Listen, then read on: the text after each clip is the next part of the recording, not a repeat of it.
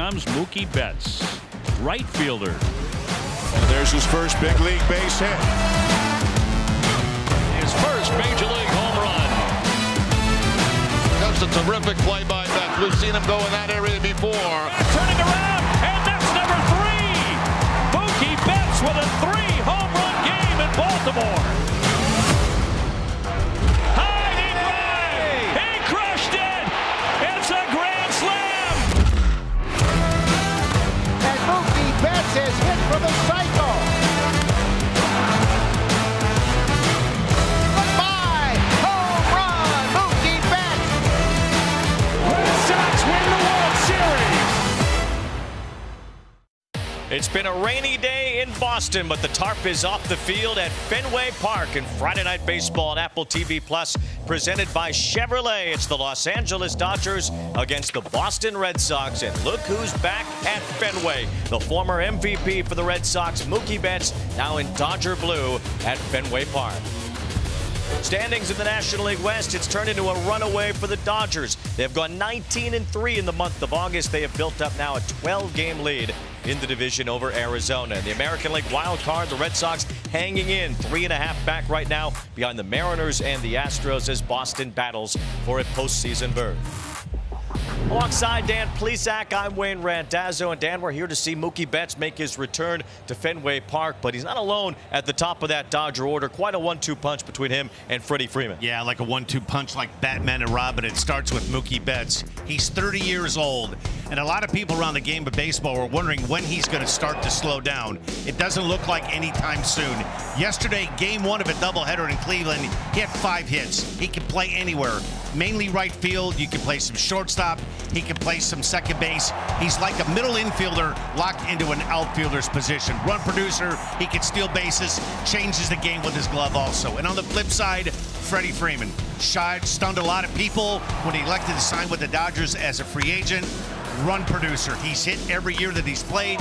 He's put on a Dodgers uni, and he's the same Freddie Freeman. Power, average, speed, great defender, and oh, by the way, for a big a guy as he is as a first baseman, he runs the bases very well, too.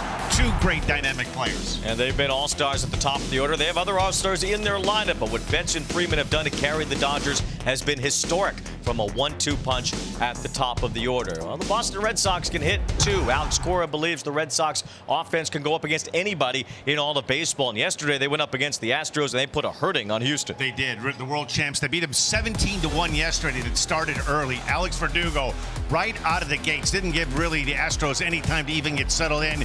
Hits a home run early on in this one, and the Red Sox were off to the races. A younger player, Abreu, they just call him up. What does he do? He hits his first home run yesterday. And oh, by the way, don't forget about that guy Devers that sits in the 2 holes. Might be one of the best run producers in the American League. The Red Sox can score runs. They can score in bunches. And just to add on it, another base hit by Verdugo. They can score. The issue with the Red Sox, if they catch the ball, they're not a good defensive team. That StatCast powered by Google Cloud. 24 hits from the Red Sox at Minute Maid Park yesterday, including a few home runs. The Red Sox offense keeping them around in the wild card race. Well, just before the 2020 season, an unforgettable day in Red Sox history. They traded Mookie Betts to the Los Angeles Dodgers, a trade that still resonates around here. And finally, for the first time since then, Mookie is back at Fenway Park. He's wearing Dodger blue. And for more on that, we send it to the third member of our crew, Heidi Watney. Yeah, Wayne, I'm just in here looking for Mookie Betts' signature. Now, this is a day that Mookie Betts has been looking forward to for a long time.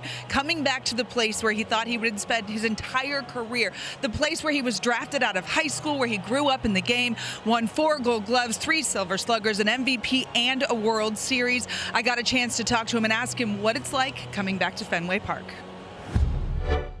As I was getting here, I went through and thought about all the emotions that I would go through, and I really came to the conclusion that this is 2 different people, and where I'm at now, the things I have in life now, I'm super, super happy and blessed. And as I look back at the 21-year-old Mookie, the 21 to 28, 27, 28, I was just a different person, and he didn't have any kids, didn't have a production company, didn't have all the things that he's got, podcasts, didn't have all the things he's got going on now. So it's good to, it's easier, it's a little easier for me to look back, because it's like that's not even remotely close to who I am now. I think I'm just kind of looking forward to seeing a lot of people, mostly seeing a lot of people, and then being able to look back and say to that 21 to 27-year-old kid, like, good job, give him a pat on the back, and say, all right, now it's time to be the 30-year-old Mookie. And Mookie has this Dodgers team running away with the NL West once again, going 19-3 in the month of August, and he's putting pressure on the NL MVP race as well. He's batting over 500 over a 12-game hit streak, and Dave Roberts told me if he had a vote, he would vote for Mookie for his versatility and his leadership and what he brings to this team. We'll see him leading off the game here in just a moment. It's Dodgers and Red Sox from Fenway Park right after this quick break.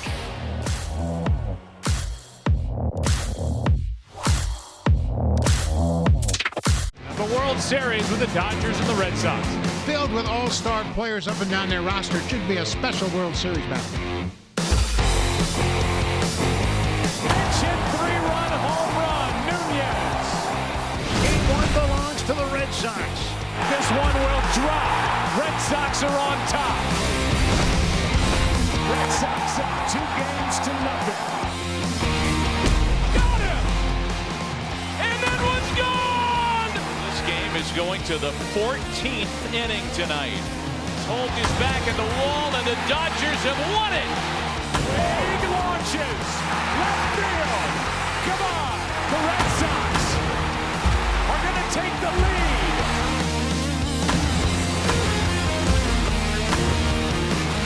The Red Sox have won the World Championship.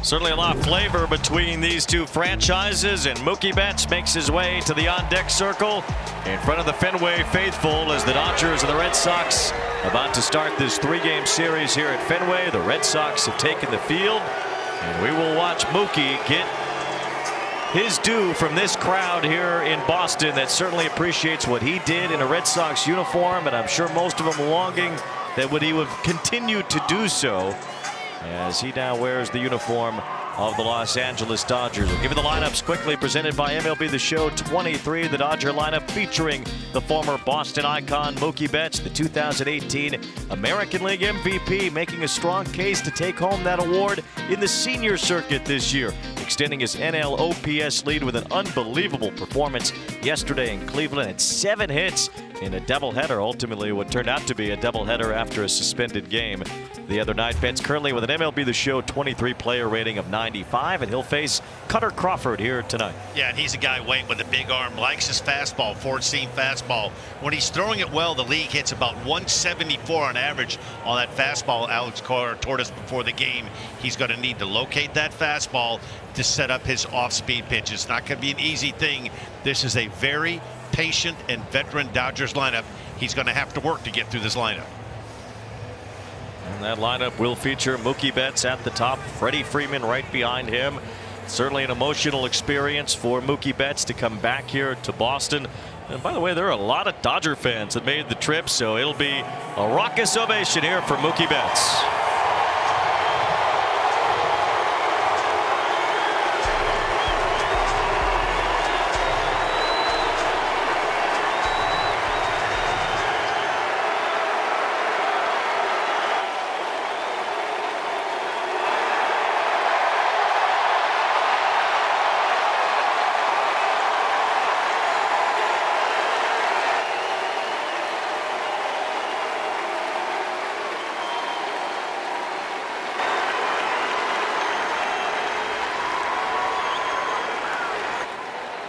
Mookie said it could be nothing, it could be everything. Well, probably meant everything to hear that from the Fenway faithful on this Friday night. We are underway in Boston, and Mookie Betts takes a strike. Yeah, you wonder the emotions. Mookie taking the bus in from the hotel this afternoon. A lot of familiar streets pulling into Fenway. Sure, a lot of emotions going through him right now. All out. Mookie Betts comes in here absolutely roasting. He has had a 12-game hitting streak in which he has batted .568.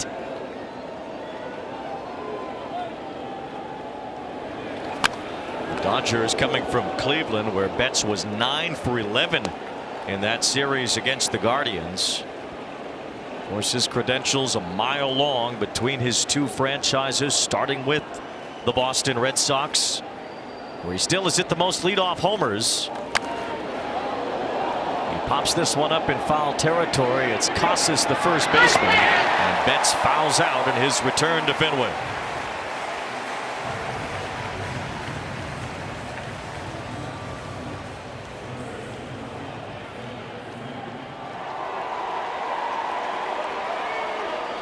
Hard to believe that trade was in 2020, before the season began, before spring training began.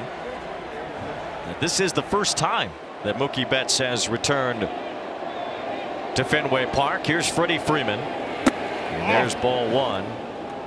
Betts was ready to embrace this atmosphere here at Fenway, although he feels, as he's told Heidi, that he's just a different person now. He's got the camera crew around him. He's got his own production company. He's making a documentary about Jackie Robinson, who was a huge role model to Mookie. Mookie says he wants to be just like Jackie Robinson. You know, at times when you have a guy that's been with one team for such a long time, you wonder how Mookie Betts is going to look in a Dodgers uniform. I'm sure Red Sox fans don't want to hear that, but you almost get accustomed. He looks good in that Dodger blue.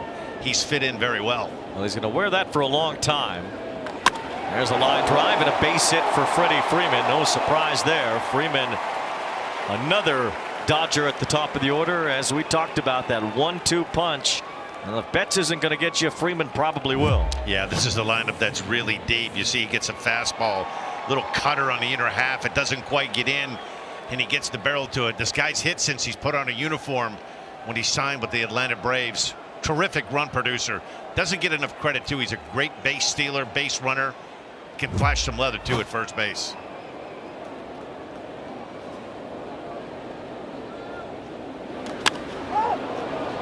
Will Smith goes after the first pitch and pops it up. Pablo Reyes, the second baseman, has it 4 out of the second half. Yeah, Cutter Crawford. He's going to need to throw some strikes. This is a lineup to be tough to navigate through. He likes his fastball, and it's a good one. As I was saying earlier, League hits about 175 on that four-seamer. He'll throw it almost 40% of the time. He has a cutter, a knuckle curve, a splitter, a sweeper to go along with it, but his bread and butter is to get that fastball over and get some swings up in the zone with that four-seamer. StatCast powered by Google Cloud. Here's the birthday boy, Max Muncy. He certainly had his power stroke this year, but he still is not hitting for much of an average. Still below 200. 29 homers, though, for Max Muncy.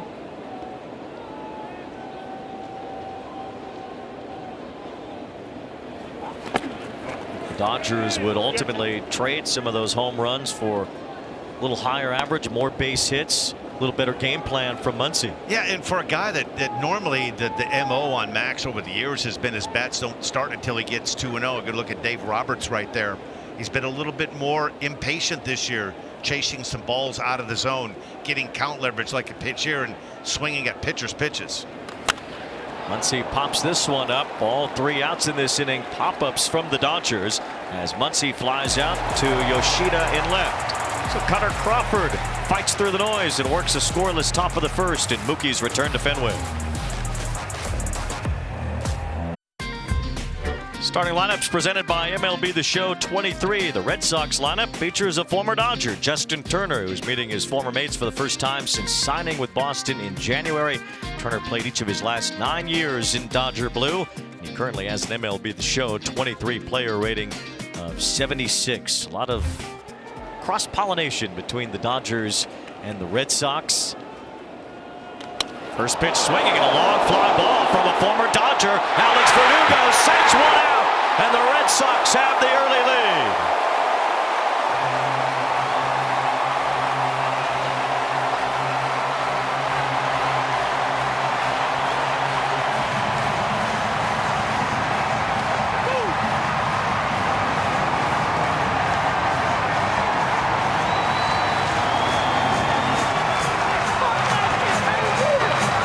Sox all-time leader in leadoff home runs is Mookie Betts.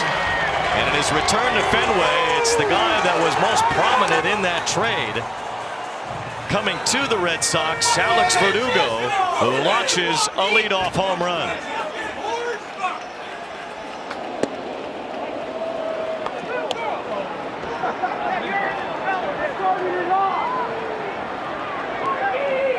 That is the 4th career leadoff homer for Verdugo. It's his 2nd straight game with one. And there's a base hit as well for Rafael Devers. Much like yesterday, first at bat for Verdugo. Hit a home run at Minute Maid in Houston. Gets a first pitch cutter up and in, and Verdugo doesn't miss it. Sends this one into the bullpen. All Jason Hayward could do is get to the wall and look at the reaction from Verdugo. Knew it as soon as he hit it. Lance Lynn did too. One of the things was the bugaboo before the Dodgers acquired Lynn from the White Sox. The home run ball was a little bit of a problem. That's been a huge problem. He leads the major leagues in home runs allowed. 33 homers now given up by Lance Lynn. That's 5 since he became a Dodger. 28 home runs allowed in 119 innings with the White Sox. Lynn has been very good as a Dodger, a 1.44 ERA since the trade, as Justin Turner faces his former team. Falls behind Lynn, no balls and 2 strikes. But Lance Lynn had the highest ERA in the majors when he was traded from the White Sox to the Dodgers. Since that trade, he was tied with Julio Urias coming into today's play with the lowest ERA in the majors. One of the good signs of your fan of the Dodgers, the walks to the innings pitch. 25 innings with the Dodgers. He's only walked 5 and has struck out 25. Command's been much better. Turner lifts a fly ball off the end of his bat. And Kike Hernandez, once a Dodger, then with the Red Sox, now back with the Dodgers, makes the catch. Yeah, let's look inside the bag of tools for Lance Lynn. A big dude. 6'5", 275 pounds. If you like a fastball, he throws a lot of them. About 45% of the time, he'll throw that four-seamer. He's mixed in the cutter. He's used it the last couple of starts. Will sink the ball, a changeup, an occasional curveball, but he's mainly got to attack with that fastball. This is a very good Boston lineup. Right. Statcast powered by Google Cloud. The arsenal of Lance Lynn. Masataka Yoshida in his first year in the U.S. His average has fallen under 300 lately. He's been above that 300 mark for a lot of this season. Gets behind Lynn. No balls, 2 strikes. You see what Yoshida did before the All-Star break, and some trouble getting on base since then.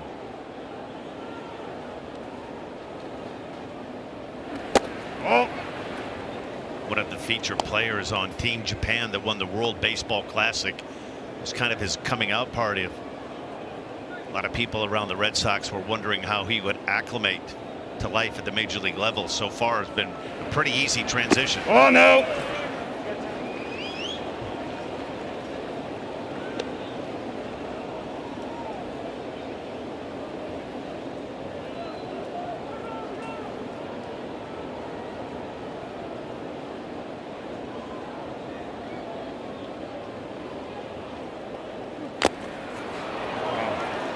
Japanese schedule, they play 143 games, so not quite at that stage in the season. This is game number 129 for the Red Sox, but maybe as you go further along here, and you also have to include playing in the WBC.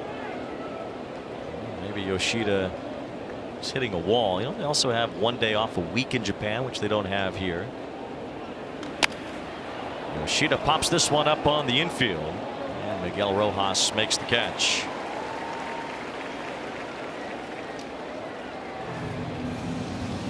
2 outs. The batter will be Adam Duvall. Red Sox have now homered in 14 straight games. That's their longest streak since August of 2019, when they hit home runs in 19 straight games. Duvall missed a good chunk of the season due to a wrist injury after he got off to an incredibly hot start to the year. It's a fly ball to left center field. Hernandez is tracking it along with Peralta, and it's the left fielder Peralta shy of the track to make the catch. The Red Sox grab the early lead. Alex Verdugo in the leadoff spot, just like Mookie Betts used to be. Cracks a home run, and the Red Sox with a 1-0 start against the Dodgers at Fenway Park.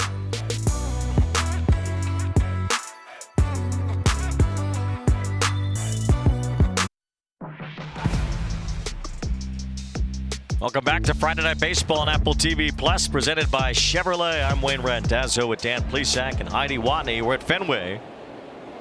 Red Sox have a 1-0 lead, and it's Alex Verdugo who has homered opposite Mookie Betts and the Dodgers tonight. David Peralta leads off the second for Los Angeles. He gets behind quickly. No balls, 2 strikes against Cutter Crawford, who has done a pretty nice job for the Red Sox, especially lately, taking regular turns in the rotation, and for now keeping his spot in the Boston starting rotation. Oh no, did he go? He did not go, and it's 1 ball, 2 strikes on the veteran David Peralta. Crawford a 2.86 ERA in his last 7 starts, and he took a no-hitter into the 6th inning of his last start against the Yankees at Yankee Stadium last weekend.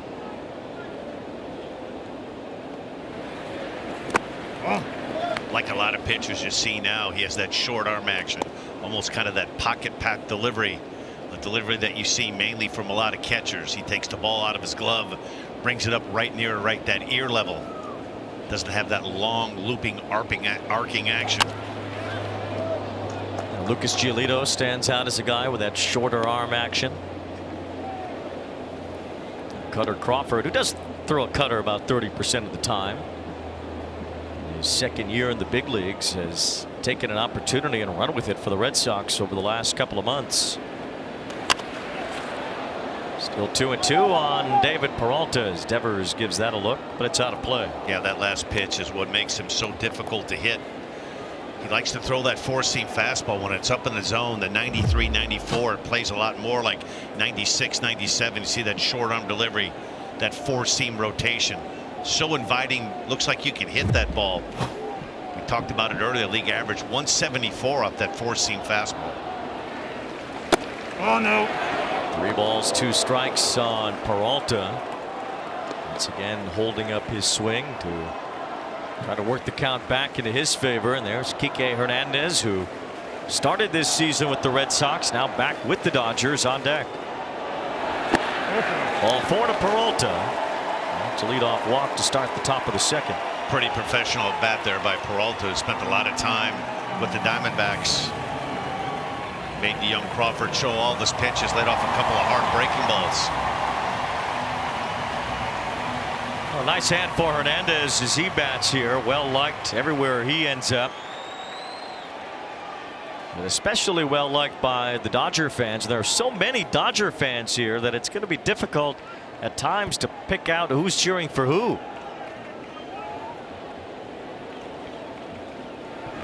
Never mind how many connections there are between the two franchises, including both managers. But there are just a lot of Dodger fans that made the trip. I flew here from LA last night, and that's what my flight looked like. Like a sea of blue here at the Fens.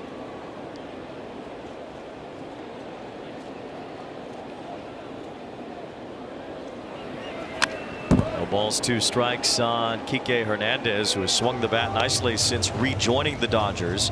He's hit close to 300. He played shortstop a lot earlier in the year for the Red Sox and just could not find his way defensively at that position.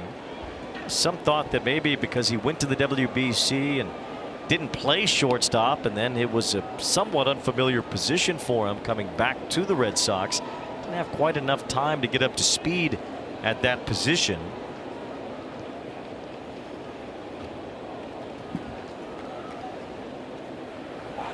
Swings and misses here as Crawford strikes him out. Nice breaking ball there from Crawford. One of the things he wants to do is establish that fastball, and he's done that early on, but you have to guard against it. That has some life on it. He comes here with his hard slider, good breaking ball down and away. It appears to be a strike. Little cut action down and away. You see the reaction from Kike. He thought he was right on it. Swung underneath it. So 1 away as Hernandez strikes out. Now Jason Hayward takes ball 1.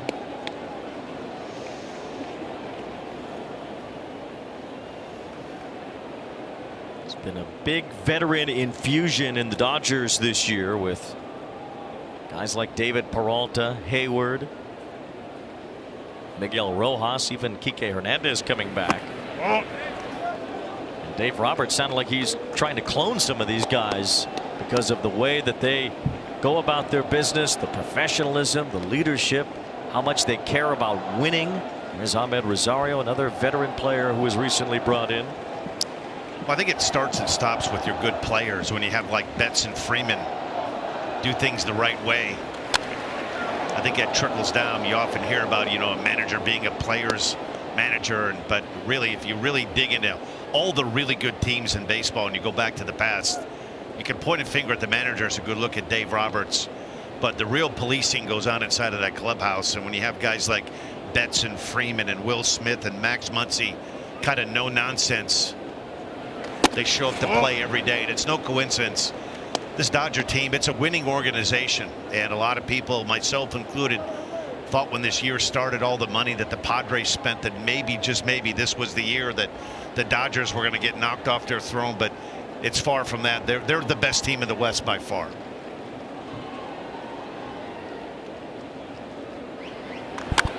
Dave Roberts, as Hayward rocks that one foul, and recently said this is his favorite Dodger team of all the teams he's managed, and certainly some great teams.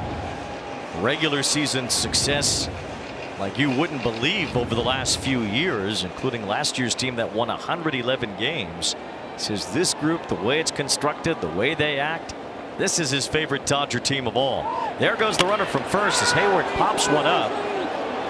Peralta's going to have to hustle back as Reese McGuire makes the catch. He never really looked to first. He may have had a play, but McGuire does make the catch on Hayward, and there's 2 down. Michael Busch will bat. Here's Heidi with more on Dave Roberts. Well, Dave Roberts and Alex Cora, they go way back to when they were teammates in winter ball in '99. They played together with the Dodgers 2002 to 2004 when Roberts was traded to the Red Sox, and he was just devastated. Cora told me they had a good team. They thought they were adding at the deadline, and Roberts was really disappointed to leave. And, well, we all know how that turned out for Dave Roberts. It's the most famous stolen base in baseball. The Red Sox ended the curse of the Bambino. Dave Roberts doesn't ever have to pay for a drink in this city. In fact, Cora joked that Roberts still probably making money off of that stolen base. The two have a ton of respect and love for each other as teammates and now as adversaries, guys. Called it very much a brotherly relationship between the two, Alex Cora and Dave Roberts. Of course, Dave Roberts certainly has his place in this city forever with that stolen base in Game 4 of the 2004 American League Championship Series. Kickstarting the Red Sox rally, still the only 3-0 comeback in baseball history in the postseason. You almost felt like once the Red Sox get back to the World Series, look at that flashback. Here it is. The money bag of all money bags, right? Bill Miller at the plate. Dave Roberts just got his hand in ahead of the tag of Derek Jeter.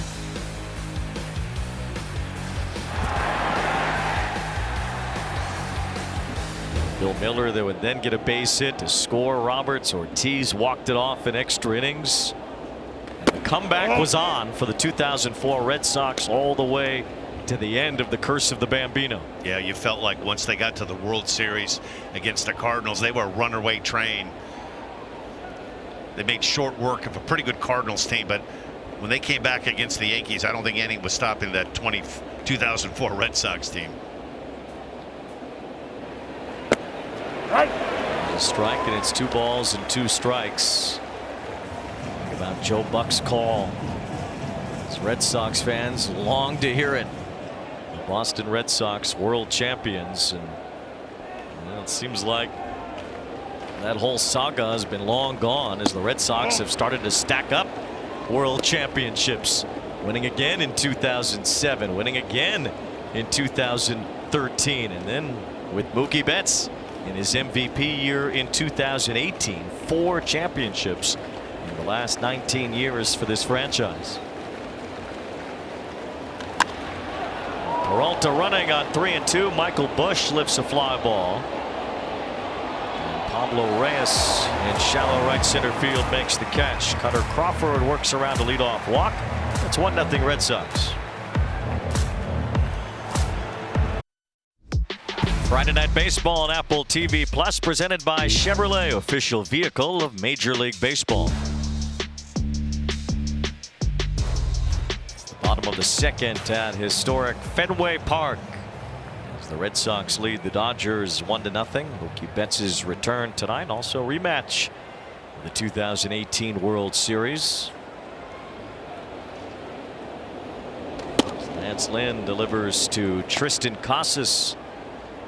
He's come around strongly in the second half of the season. 20 home runs now on the year for Casas. The Red Sox feel like he's really coming into his own. Cues this one the other way. Going to be a tough play, and Muncy can't field it. Even had he, it likely still would have been a base hit for Casas to lead off the second. Yeah, and what most good left-handed hitters, if they don't, when they get here, when they put on a Red Sox uniform, usually they are, use that wall to an advantage. Ted Williams used that wall. Mike Greenwell, some really good. Mo Vaughn comes to mind. This is a difficult ballpark for a lefty. It's deep in right field, but you see he doesn't try to pull this ball. Just kind of carves it the other way, and Muncy, it hits off the heel of his glove. Casas missed a couple games because of a tooth infection. You should have hooked him up with one of your dentists out there in Northwest Indiana. Right? Could have taken care of that in a hurry. Here's Trevor Story. 2 balls, no strikes, the count. Story, who's looking to get his offense back to where he'd like it, has not homered yet since coming back. His modified Tommy John surgery. Facing the right guy to get your first homer against. Lance Lynn has allowed 33 home runs this year, including the one to Verdugo tonight. The Dodgers feel like they've been very happy with Lance Lynn. Whatever went down with him in Chicago, whatever reasons why he struggled there, he has not carried that over with him to the Dodgers. He's been very effective. I don't really feel like that he's made many changes other than trading out black and white for Dodger blue. The ballpark is going to help him a lot too. That guaranteed rate park where the White Sox play, you get into May and June, the ball flies in that ballpark. Dodger Stadium still one of the more pitcher friendly ballparks in baseball. A lot of fly balls in the gap in left and right center field go up and are caught at Dodger Stadium. A lot of those balls on the south side of Chicago find their way into the seats. But I think you're seeing a guy right now, though, he's back in a winning environment. Expectations are high and he wants to fit in. It's 3-2. Casas with almost no lead at first. As Trevor Story fouls off another. Still kind of misting and lightly raining, I guess, here in Boston, and rained most of the morning and the afternoon here. Tarp was on the field until about 6 o'clock local time. About an hour before game time, they took off the tarp and got the field ready for the game. Story drills one to left. This one's headed for the monster, and there is the first home run for Trevor Story this year.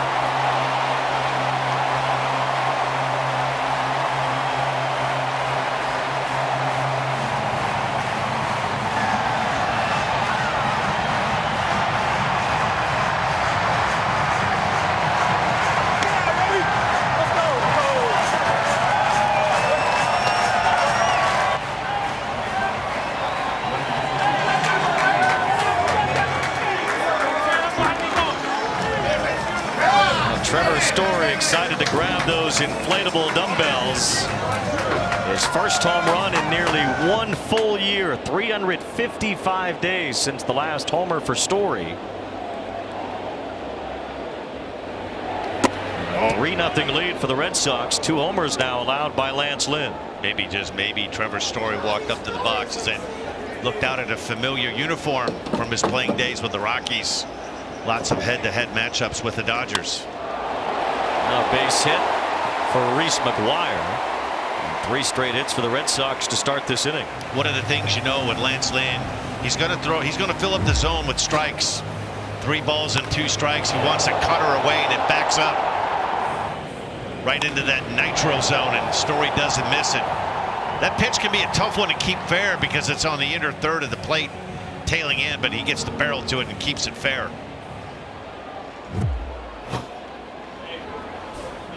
It's the 13th home run that Story has hit his career against the Dodgers. Certainly wore out his fair share of NL West opponents as 23 lifetime home runs against the Diamondbacks, the team he's homered against the most. Oh no. The Red Sox now have had 12 straight games where they have had a multiple run inning. Yesterday, remember, they scored 17 runs. So they had many multiple run innings yesterday alone. Pablo Reyes hits one pretty well toward right center, toward that triangle area, though, as Hernandez settles under it for the first down. You know, last Friday, Wayne, you and I were at Yankee Stadium, and we had a meeting with Alex like we do before every Apple TV game, and you know, he looked us in the eye and he told both of us that, listen, we've got one more really good run left in us. If we get close getting into September 1st, we're going to put some heat on those teams in front of us. And I think you and I kind of both looked at each other, walked out of that meeting. We're like, kind of want to see it, then I'll believe it, but start believing. Right. I thought the Wednesday game in Houston was a huge game. That big home run from Duvall that broke that game open. They would have fallen, that lost the first 3 games of that set if they had lost that game. This one slapped to left by Verdugo. Good jump as David Peralta, former Gold Glove winner, runs that one down toward the corner. You know, it's hard to say, hey, one swing of the bat was a very big part of the season, but that Duvall home run Wednesday night, it looked like the Red Sox were on the verge of it could have been a very ugly series at Minute Maid. Then they come back yesterday and they score 17 runs and they jump on Lance Lynn early. I will say this is a team, they play 27 outs. They're going to come after you. You're going to have to beat them to beat them. 3-0 the Red Sox with the early lead. There's Devers grounding one to Betts. Now the guy the Red Sox built their future around against the one they let go. The Red Sox have the lead. Trevor Story with a 2-run homer, his first of the year, and it's 3-0 Boston after 2.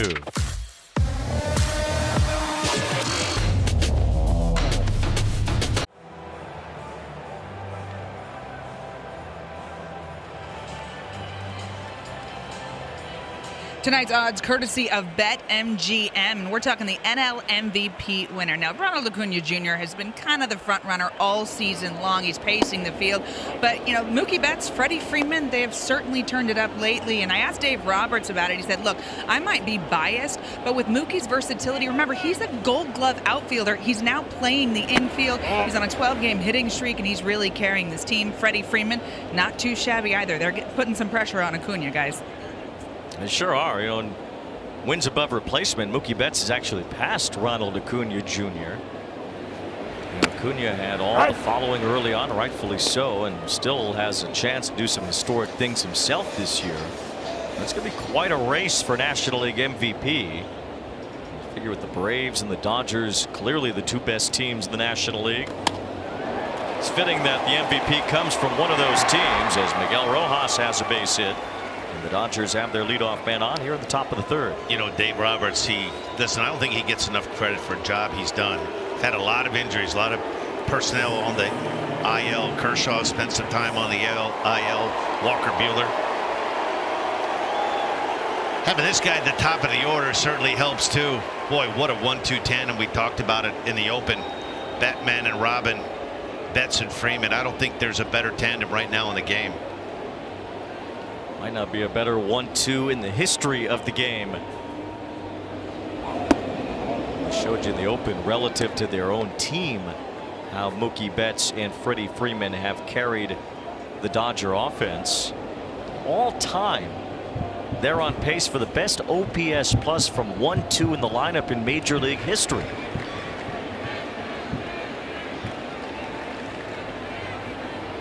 When you think about how good he is, right? He's a right fielder by trade. Playing in the infield tonight, playing at second base, and he looks like a second baseman. If Dave Roberts has to, in the middle of this game, put him out right field, you're getting a Dave Parker thrower kind of guy in right field. You're getting a middle infielder that plays right field. I still, there's so many good qualities about Mookie Betts, but I've just marveled. I don't know if there's a right-handed hitter in the game that gets to that ball on the inner half of the plate. You better be careful if you're Crawford going back in there again. He gets a fortune, but that ball's a little bit up. But this guy, lightning quick hands on that ball that's on the inner third. 2 balls, 2 strikes. Betts trying to park that one on top of the monster, as he has so many times here at Fenway Park. That's 2 balls, 2 strikes on Mookie Betts. If he does win the MVP this year or any year as a Dodger, he'll join a very elite group. It's a group of 1 right now. Frank Robinson is the only player in Major League history to win MVP in both leagues, having done it with the Cincinnati Reds in the National League and the Baltimore Orioles in the American League in the 60s. Mookie was MVP right here in Boston 5 years ago. He's certainly making a bid for that award in the National League this year.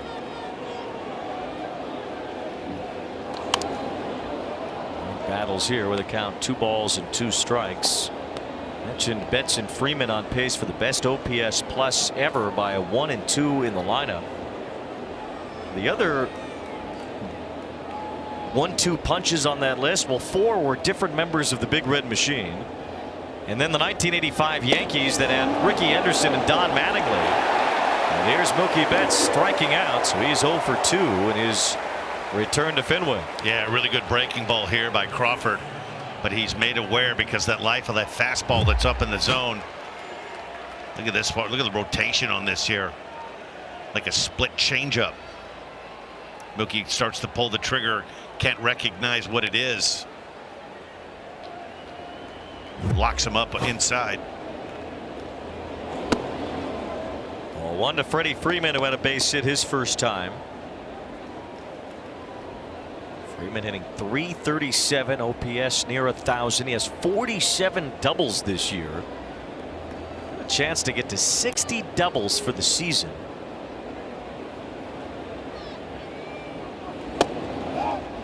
Snap throw to first, fairly close play.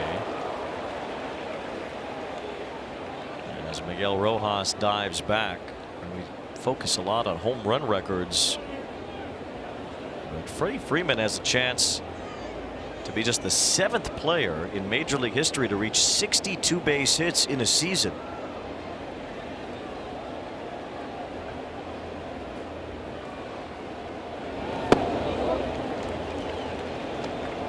It's not often. He's just a rare combination of a guy. He's a big, strong guy. He spreads out in the box. He's really a good hitter with 2 strikes. He's kind of what you'd like to teach your young son of you to say, hey, you want to be a good all-around complete hitter. You don't want to be a pull hitter. You want to be able to hit the ball the other way. Hit for power, hit for average. 3 balls, 1 strike on Freddie Freeman.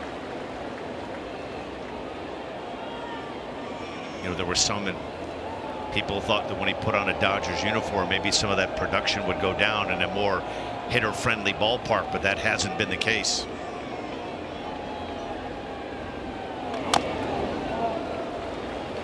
Certainly hasn't. If anything, he's become maybe an even better hitter as he's gotten older.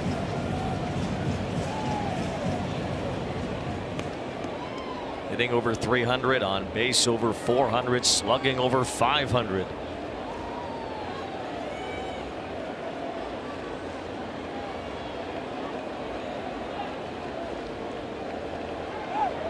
Runner going, Freeman strikes out. And that will be a stolen base for Miguel Rojas. McGuire made a move toward third to make sure somebody was covering, so Rojas didn't get 2 bases there. He gets 1. As Cutter Crawford has struck out Benson Freeman back to back. Yeah, much like Alex Cora told us before the game. We asked him what plays. He said a couple of things. If you see swings and misses and lots of foul balls, he needs to stay off the barrel. He pitches effective up in the strike zone, and that was the same there with that pitch to Freeman. Will Smith looks at strike 1. Impressive in and of itself just to punch out Mookie Betts and Freddie Freeman consecutively. Something you tell your grandkids about when you're older.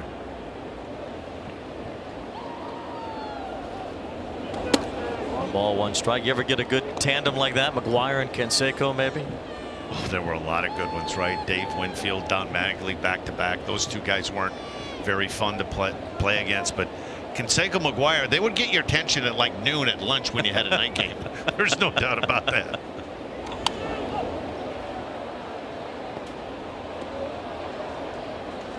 Fouled off toward the Dodger radio booth as it is 1 ball 2 strikes on Will Smith.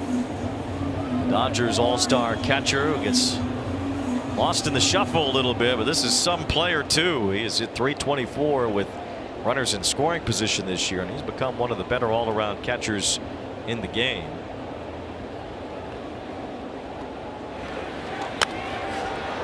So 1 ball 2 strikes on Smith. 16 home runs to go along with 64 RBIs going into play tonight. And he's athletic too. You see a lot of catchers that don't run all that well. He gets on first. He can score on a ball that's hitting the gap. He's very athletic. On many occasions, Dave Roberts has told me that he does not get enough credit for being, he thinks in his opinion, might be the best all-around catcher in the game right now. He certainly heads up a list of the top 3 or 4 that you can think of. JT Realmuto on that list from the Philadelphia Phillies.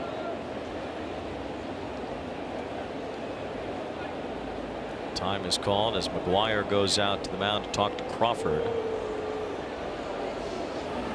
Red Sox wearing red tonight instead of those lucky yellows that they've had. The City Connect jerseys, they have had a big record. They have won way more games than they have lost in those City Connect uniforms, and they've been wearing them quite a lot lately at Fenway, but just standard red for the Red Sox tonight. Didn't want to ruin the aesthetic with Mookie Betts making his return. Yeah, they wanted to make Mookie feel right at home coming back. It's been a while since he's been here at Fenway. Yeah, I don't think those yellow jerseys even existed when Mookie played here last.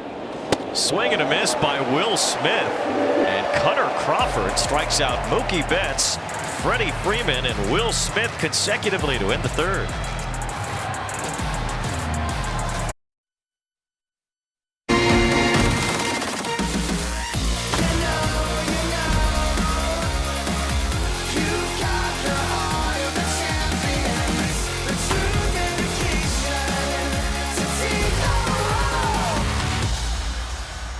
Home runs for the Red Sox tonight. Alex Verdugo in the first, Trevor Story in the second, and a 3-0 lead against the Dodgers here in the bottom of the 3rd at Fenway Park. Justin Turner, the former Dodger, looks at strike 1. We asked Turner last week when the Red Sox were playing the Yankees if this would be strange to look at the Dodgers on the other side. It's a one-hopper to short. Miguel Rojas has that. Turner said, not really, I've played them before. So there's that, and here's more on Justin Turner with Heidi Watney. Yeah, Justin Turner received his Heart and Hustle Award that he won with the Dodgers last year, given to a player, of course, who demonstrates on-field capabilities and gives back to their community as well. Also traded less than a month ago back to the Dodgers, Kike Hernandez. But the Red Sox, well, they still gave away his bobblehead on August 9th. It was with him in his World Baseball Classic uniform for Team Puerto Rico. And Red Sox reached out to Kike and said, hey, we were planning on doing this. We'd still like to give it away. And Kike said, go ahead. They included a note from Kike Hernandez thanking the Red Sox fans on his way out of town, guys. Yeah, so many people coming back to Fenway or seeing the Dodgers again. That's why we had to bring Heidi with us back to Fenway herself. It's reunions all the way around here today. Yeah, she's kind of the liaison between Dodger Blue and the Fens. 2 outs as Adam Duvall is the batter.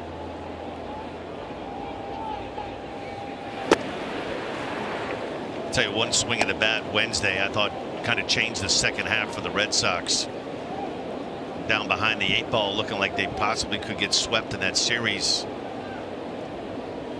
against the world champion Astros. Fly down to left. Yeah, and he fouled he fouled the ball off of his foot right here, right? Took a couple of minutes. Fouled it off that back foot. What does he do the very next pitch? 3-run bomb. Laced one into the Crawford boxes. There's never been any denial about the fact that Duvall can hit. He's bounced around a little bit, but he's been a Gold Glove finalist. He's a good outfielder. He certainly has power. 3 balls and a strike. He's never really gotten that big contract. He's certainly found homes wherever he's been. He led the National League in RBIs a couple of years ago. Won his first Gold Glove and hit 38 home runs on top of it. helped the Braves win that World Series in 2021. Yeah, to me, he's a calm to a guy you get to see a lot with the Angels, and Hunter Renfroe, kind of the same kind of player, right? They bounce around, they're productive. They find themselves on multiple teams, and every year they're productive.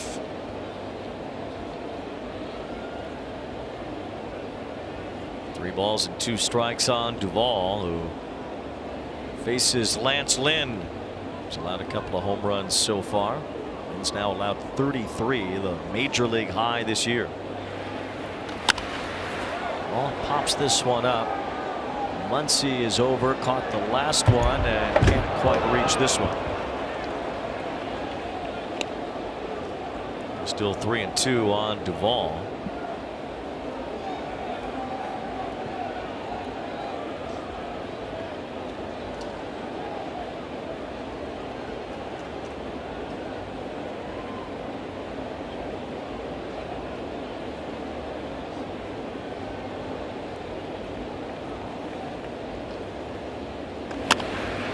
Ground ball. Rojas with a diving stop.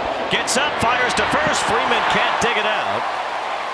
And it bounces into the dugout. So that will give Adam Duvall another base. That ball stayed in play. Duvall would have held it first, but as that ball slowly bounced over the dugout railing, Adam Duvall gets an extra base out of it. Yeah, you're just so accustomed to Freddie Freeman flagging everything down at first base. Rojas does a great job, leaves his feet on that slow and wet grass. Gets up in this throw, one-hops Freddie Freeman. This is a play that most of the time he makes. Not sure what the scoring will be. More than likely a hit and an error on the throw. Bang bang play if Freeman picks it. They do call it a base hit for Duvall. An error on Rojas puts him at second base.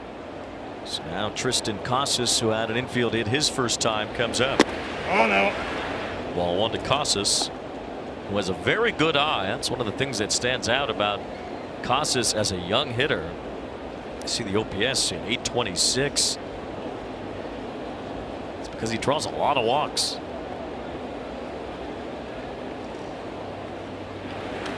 Seems like, Dan, it's, the game evolves, but more hitters come up to the big leagues with a better idea of the strike zone than I think previous generations maybe did. Well, I think what too, just the methods, the way that hitting is taught nowadays. I thought there's been such a more of advancements as far as with pitchers able to use video, and you see it now. You watch games and you see guys on their iPad constantly looking at pitches, evaluating their swings, kind of getting a look at something freshly. You make it out, you sit down, you look at the pitches, you look where your hands are, where you're standing in the box. And these guys that come out here to hit, we were out here 3-4 hours before the game, and both teams, they're hitting in the cages underneath. These players take what they do very seriously. You'd have to think this is a good matchup for a guy like Casas. This one on a bounce to Freddie Freeman. Lynn has to cover, and he gets there to beat Casas to end the third. Lance Lynn throws a scoreless inning for the first time tonight. His Dodgers down by 3.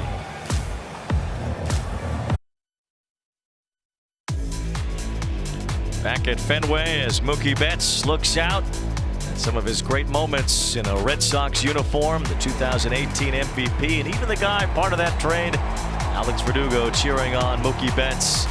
Got another hand from the crowd here in Boston as being a member of the 2018 champions. There are 4 members of that championship team from the Red Sox currently on the Dodgers. 2 of them are here, Mookie and Ryan Brazier. JD Martinez and Joe Kelly are both on the IL. They are not here for this family reunion here tonight between the Red Sox and the Dodgers. Max Muncy leading off here in the top of the 4th against Cutter Crawford, who has struck out 3 in a row.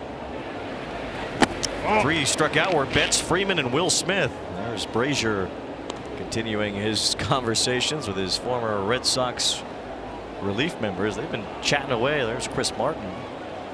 Brazier's been chatting between the bullpens all night. Some people are here to work. Yeah, that'll stop at about the 4th or 5th inning, though, when it gets to that time when that phone rings and they might call on his number. It's all fun and games the first 3 or 4 innings. Around that 5th inning, you start getting locked in. 2 balls, 2 strikes on Max Muncy. You mentioned it's Muncy's birthday today. You know, a couple of years ago, the A's drafted a player in the first round out of high school, also named Max Muncy. Well, it's his birthday today, too. They have the same birthday. I had to give you a double look there. Swing and a miss. 4th straight strikeout for Cutter Crawford. And there's one away here in the top of the 4th. Well, David Peralta, kind enough to wear a microphone tonight. Let's hear what he has to say. It's right here. Oh, mental. It's mental. Let's go. Let's go, baby. Showtime. Oh, kick it again. Kick it again. Shoot. Hey, let's go. Shoot. Showtime, baby. Showtime. Showtime. Shoot. Ah, fuck. I hit my head. There's David Peralta lifting a fly ball to center field as Adam Duvall waits for it. 2 up, 2 down. But that's exactly the type of veteran leadership and guidance and the type of guys that are on this Dodger ball club. And that's why Dave Roberts likes this team so much. Yeah, you go back to early part of June, right? The Diamondbacks were kind of the story of the National League West. They brought up all those young outfielders. They were young, athletic, and stealing bases. And Dodgers were having some issues with health issues with their starting rotation. Next thing you know, you blink and you look up, and Big Blue, they've blown this NL West wide open. 12-game lead going into play tonight. I thought you asked Dave Roberts a really good question tonight. Like, when do you start honing in on, like, preparing for October baseball? What does that look like? And he said, we're getting pretty close to that time right now. It's something the Dodgers have gone through over the last several seasons, and this team has been in the playoffs every year for the last decade. They've won the National League West 9 of the last 10 years. Just one championship to show for it, and it was in the shortened year in the 2020 season when the Dodgers won the World Series. So there have been a lot of postseason disappointments, especially after great regular seasons. There's probably no way to avoid that. There's no guarantees, especially in October. From a preparation standpoint, you know that Dave Roberts and Andrew Friedman and that Dodger front office will do everything they can to make sure this team is as well prepared and put together for October as they can possibly be, considering that there's going to be a nice lead in for them. They built a 12-game lead in the division. They know they're going to be there. It can be difficult. I was on a Diamondbacks team in 2000 that ran away with the NL West. You find yourself the last week to 10 games trying to psych yourself up that these games are important. There's strike 3 call to Kike Hernandez. Cutter Crawford has been outstanding so far. That's his 6th strikeout. He has shut out the Dodgers through 4.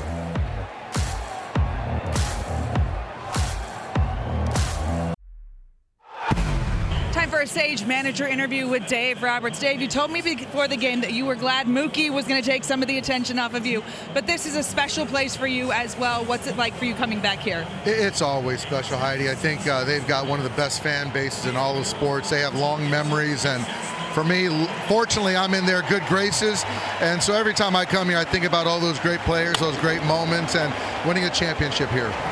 Lance Lynn has had trouble with the long ball this year. He's given up 2 home runs today. What are you seeing from him? You know, I thought the first one, Alex is a really passive hitter, Verdugo, and he ambushed on the first pitch of the game. And I thought that story at bat, Trevor put a good at bat together.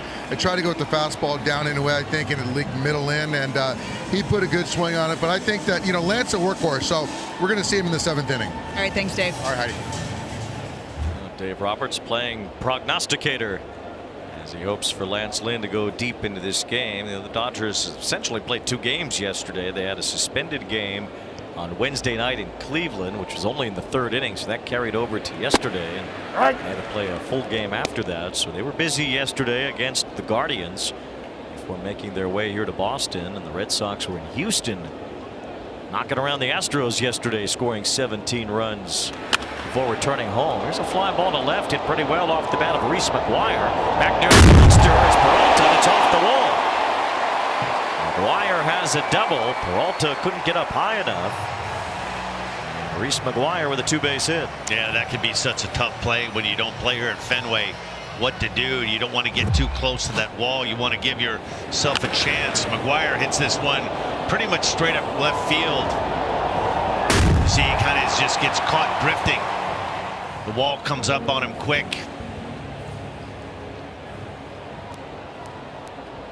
See, Lance Lynn, that's one of those as a pitcher. That's more than likely a fly ball in 29 other ballparks. Oh. That monster, it can help you, it can also hinder you. A lot of hard line drives that hit up that top third of that monster that would be home runs in most ballparks that are doubles here. It was 319 feet off the bat of McGuire. Certainly a fly ball out in most places. 2 balls, no strikes on Pablo Reyes. We saw Heidi emerge from within the monster yesterday or earlier today, and she's got more on that big green wall out there. Yeah, Wayne, usually first day of a series, you'll see the visiting players, especially the left fielders, center fielders, out there taking balls off the monster, seeing what the bounces look like, but they couldn't do that today because of the rain this afternoon. It was a rainy day. I mean, Peralta's been around. Certainly Kike Hernandez has played in the outfield here this season, being a part of the Red Sox, and Hayward, a veteran in right field as well. It's not as if these are young players playing here for the first time. All these guys have a pretty good idea generally of what's what in each ballpark. Yeah, what makes it a little bit difficult, though, that straight up left field where Peralta's playing right now, that's probably a good 15 to 20 feet closer than he normally plays in any other ballpark.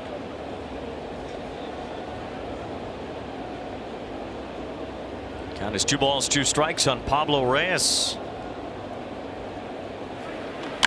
Part of the reason why Hernandez is back with the Dodgers is because of how well Reyes has played. Pretty much unexpectedly how well Pablo Reyes has played for the Red Sox this year. He's hit .320 at a walk-off grand slam not too long ago. Sort of a journeyman who has found a home in the Boston middle infield. Swings and misses here on a high fastball from Lance Lynn. That's the first strikeout tonight for Lynn. So 2 outs. Verdugo will bat after an update from our studio. Wayne, let's get you north of the border. Guardians, Blue Jays, Toronto just a game and a half out of that 3rd and final wild card spot. Top 4, Ramon Laureano with his 7th of the season. That's a 2-run shot to make it 3-1. Guardians on top. Same score in the top of the 5th. Big series everywhere as you get to this time of the year toward the end of August. Blue Jays have fallen out of the wild card positioning that they held on to for a while because of the tremendous play recently in the month of August, really since the All-Star break, of the Seattle Mariners. The Mariners hosting the Royals tonight. When you think about it, Wayne, one of those 3 teams that looks like you put the Red Sox into that mix. You have the Mariners, the Astros, the Blue Jays, and the Red Sox. Some really good teams, and one of those good teams, they're going to be sitting home at the end of the year. 2 balls and a strike on Verdugo. Well, this is the 2nd year of the 3rd wild card being added. So if you do find yourself on the outside looking in, well, you just weren't good enough at the end of the day. Even if you are a good team, or a team that wins at least a lot more than they lose. See if Muncy tracks this one down. He does in foul territory to retire Verdugo. So Lance Lynn works around a 1-out double, and it's still 3-0 Boston.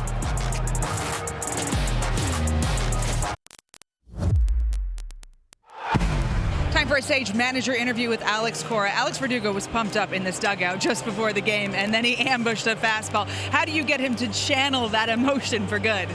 It's really hard. We were joking with him that they didn't want him, and he was the throw-in in the trade, but not really. It was a player the organization recognized when they traded for Mookie, and he's been good for us. He's been a good offensive player and a great defender. Trevor Story hit his first home run since coming off of the IL. How great to have him back in the lineup. It's great. He's a good offensive hitter.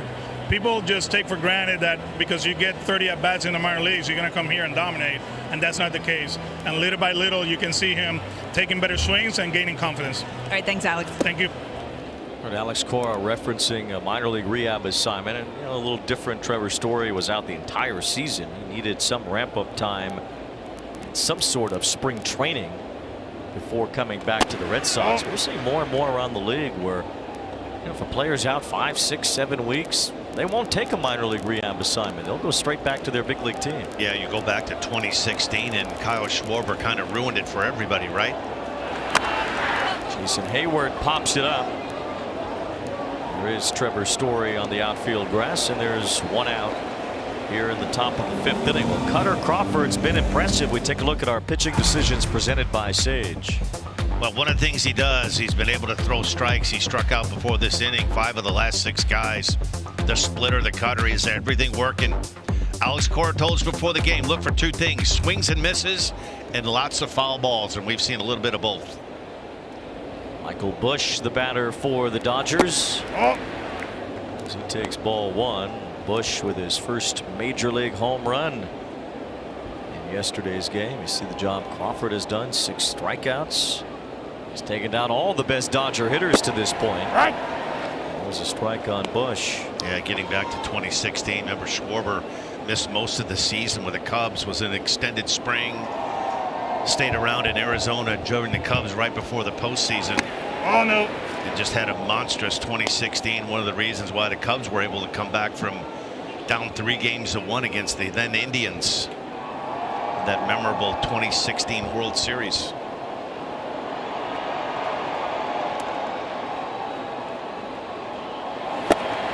Two balls, 2 strikes on Busch, who popped out his first time. Busch, a first-round pick for the Dodgers in 2019.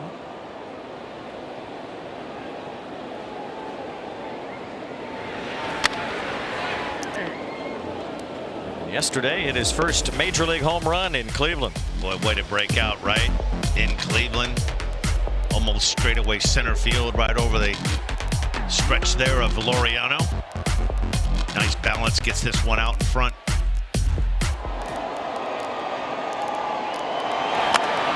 This one up the middle. Story ranges wide at the right side of second base to go get it. And retires Michael Busch. So 2 up, 2 down. Crawford's retired 8 in a row. Sorry about Wayne. You know, last week, Alex Cora told us, I think more importantly than getting that bat into the lineup, we talked about the difficulties that Kike Hernandez had playing shortstop.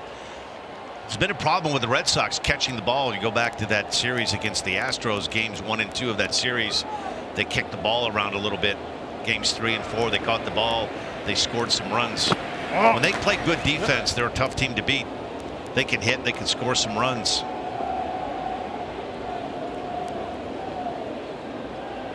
Cutter Crawford has kept the Dodgers from scoring any runs. It's a potent Dodger offense.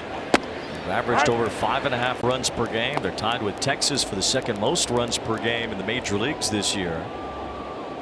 The Dodgers have only managed 2 hits. 4 2/3 innings against Crawford so far. He's ahead of Miguel Rojas. 1 ball, 2 strikes. You can kind of see as this game is going on, he's been a little bit more efficient. Landing that breaking ball. His bread and butter's that 4-seam fastball. He's commanding all of his pitches.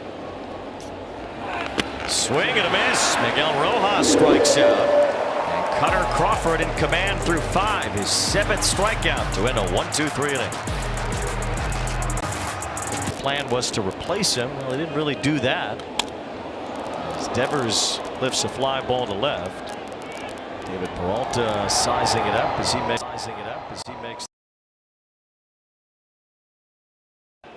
Rafael Devers has done his part to at least put a blanket over the fact that Mookie Betts is somewhere else. Devers has remained a constant force in the Red Sox lineup. Got his 10-year contract extension before this season began.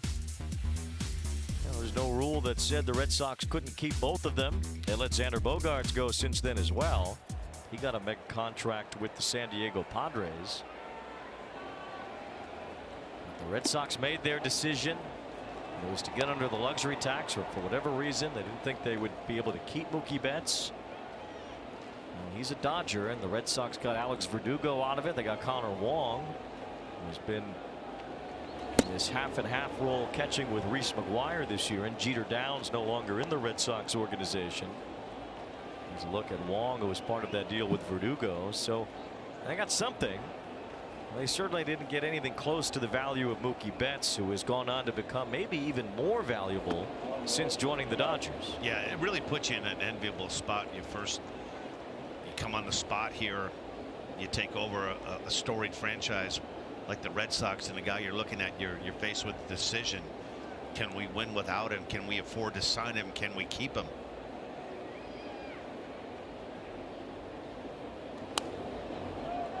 Ball 2 strikes on Justin Turner, batting with 1 out here in the 5th against Lance Lynn. Hey, you go back and you look at tonight's first baseman, Freddie Freeman. A lot of people were upset with Alex Anthopoulos in the Braves front office. How do you let a guy that's been a lifelong guy that you drafted, you developed, how do you let him leave? Justin Turner pops one up on the infield. Freddie Freeman makes the catch. Red Sox fans and Dodger fans know this trade by heart now. That's how the deal was done February 10th, 2020. The decision was made to let Mookie go. And he has continued to blossom into one of the faces of Major League Baseball. He's really taken his superstardom on and off the field to the next level in Los Angeles. I thought it was great in an interview with Heidi earlier before the game. He said, you know, the 21 to 28-year-old Mookie is a different guy that drove into the ballpark today at 30. Much more mature. He's been around the block. There's a base hit for Yoshida. 2-out knock here in the bottom of the 5th for the Red Sox. But when you think about a guy that was such a great player, the Red Sox have had so many great players the last 15 to 20 years that have put on another uniform. A guy like Roger Clemens comes to mind, right? He's one of the best pitchers in baseball, and Nomar Garciaparra. Sometimes you're faced with some tough decisions that you have to make, and I'm sure a lot of Red Sox fans are still not over the fact that they don't have Mookie Betts in a Red Sox uniform. Well, the Red Sox had the highest payroll in baseball in 2019. Now they have the 12th highest payroll. So if the goal was to save money, well, congratulations, you did it. But now Mookie Betts is an MVP candidate with the Dodgers. He's certainly on a trajectory to go to the Hall of Fame. And at the end of a 12-year deal, if Betts is indeed ticketed for Cooperstown, well, he'll have had much more of an impact as a Dodger by the end of that contract than he will have had with the Boston Red Sox, most likely. Yeah, and it looks like he's not slowing down. Right at the age of 30, might be playing the best baseball he's played in his career. I think a lot of that too, you look at this Dodgers team, this is a team that they pretty much have owned the National League West for the last dozen years or so. But that's not a lot of difference between the Mookie on the left and the Mookie putting on Dodger blue. Run producer. You go back to that World Series with the Dodgers. He changed that World Series with his glove in right field. There aren't a lot of players that can do it with a bat and do it with a glove. He's won 6 Gold Gloves now. He's the last Red Sox player to win a Gold Glove, win a batting title, or win an MVP. Oh no, here you go. Check swing, but Adam Duvall held up. It's 2 balls and 2 strikes. He's only the 3rd former Red Sox MVP award winner as a position player to come back and play against the Red Sox. One of them is in the building. Fred Lynn is here. Former MVP who went on to the Angels. Mo Vaughn did the same after winning an MVP with the Red Sox. There's a ground ball to the hole. Sliding stop. Rojas throw to second. Betts with the stretch. It is in time to get Yoshida. Mookie Betts, who's won all those Gold Gloves as an outfielder, shows he's a pretty good infielder as well. A sliding stop from Miguel Rojas, and Mookie with the stretch at second to get the out.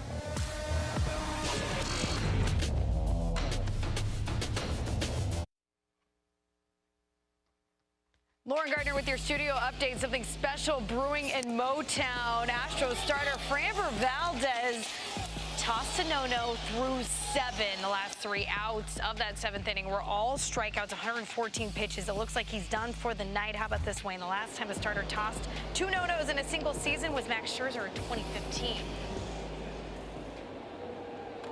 Mookie Betts sends one toward the gap in left center. That will bounce the wall. On his way to second base, Mookie Betts back in Boston has a double.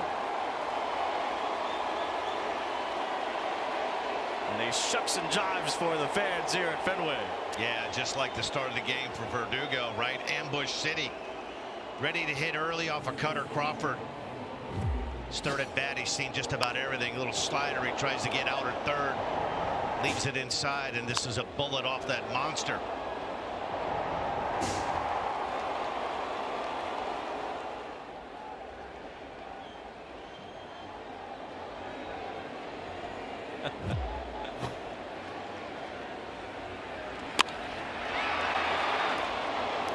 Freddie Freeman fouls one off.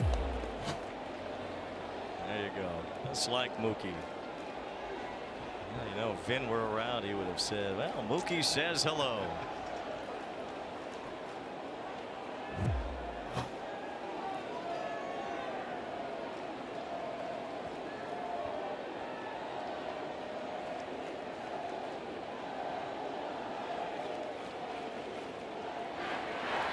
Now Freddie Freeman with a base hit to right. Mookie Betts goes to third. Cutter Crawford has had the Dodgers numbered tonight. Now here they come in the top of the sixth. Third time through the order. Betts with a double. Freeman with a single. And the Dodgers are threatening with men on the corners. Yeah, you see this more and more in baseball right now, going through that lineup a third time. Another off-speed pitch. You see the tumble. Little split finger, split change. Out in front, but hooks it between that hole between second base and first.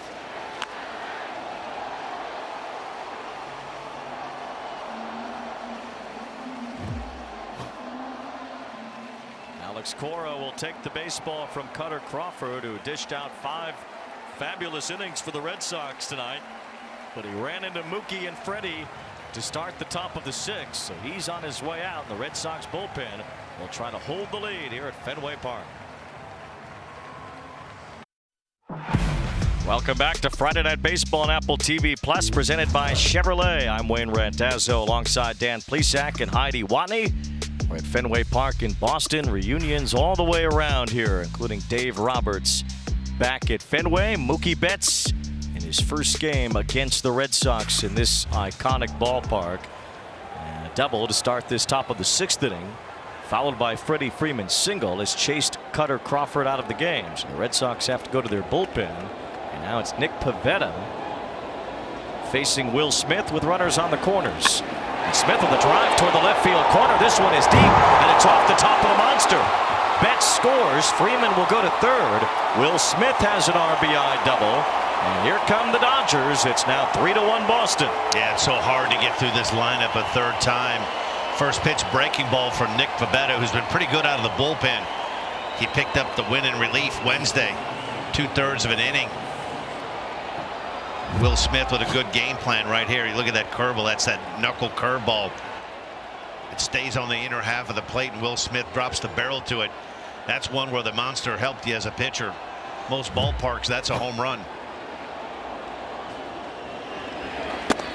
Pivetta has started some games recently. He has come in behind an opener in some games recently. And as Dan mentioned, his most recent outing on Wednesday, straight relief appearance, got a win out of the bullpen, working 2/3 of an inning against the Astros. Before that, he pitched 5 innings after an opener at Yankee Stadium last Sunday. Yeah, he's pitched some really good baseball for the Red Sox when Alex Cora's used him in that bullpen role.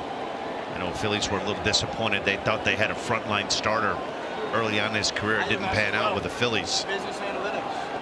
Really panned out for the Red Sox either, at least not in that role, although there's still those flashes of brilliance. Pivetta had 13 strikeouts in 6 hitless innings at the Oakland Coliseum in his first start after the All-Star break. He's made 11 starts overall this year. Last year he made 33. Muncy with a hard hit bouncer. It eats up Casas. He stays with it. Gets it to Pivetta for the out. Freeman scores. Will Smith goes to third. The Dodgers within a run. As Muncy gets an RBI, it's 3-2. Yeah, really good at bat there by Max Muncy. That average below 200, but with second and third, you just need to put this ball in play. He does a good job. Pivetta getting a little greedy, going for the strikeout. He goes down and hits a bullet. Good job by Pivetta to get over and cover. See this ball hit right off the heel of the glove of Tristan. Knocks it down, doesn't panic. Good underhand flip to Pivetta. Now David Peralta with the infield in. I told you there are a lot of Dodger fans who made the trip across the country from Los Angeles here to Boston. So they're making a lot of noise as the Dodgers rally here in the top of the 6th. Red Sox fans starting to boo. They're trying to drown him out as Peralta, it's a bouncer picked by Reyes. Looks Smith back to third and gets the out at first. A good play. Boy, really good managing job there by Alex Cora. Elected to play the infield in. That can kind of get away from you in a ballpark like this one. Ground ball hit just to the second base side of Nick Pivetta. You run the risk, you cut down some angles, but this a heads-up managing job there by Alex Cora. One of the things you want to do as a pitcher, it's impossible to throw a pitch that you're guaranteed to get a ground ball, but Nick Pivetta, you throw what you feel percentage-wise is the best thing with the infield in. You want to try to keep the ball on the ground if you can. Dave Bush, the pitching coach for the Red Sox, out for a quick chat with Nick Pivetta. Now with 2 down, the batter Kike Hernandez. Hernandez has struck out both times he's hit in this game. Mist is still falling. It's sprinkling the helmet of Hernandez. As the Dodger fans get a closer look at a fan favorite from his first go around with the Dodgers.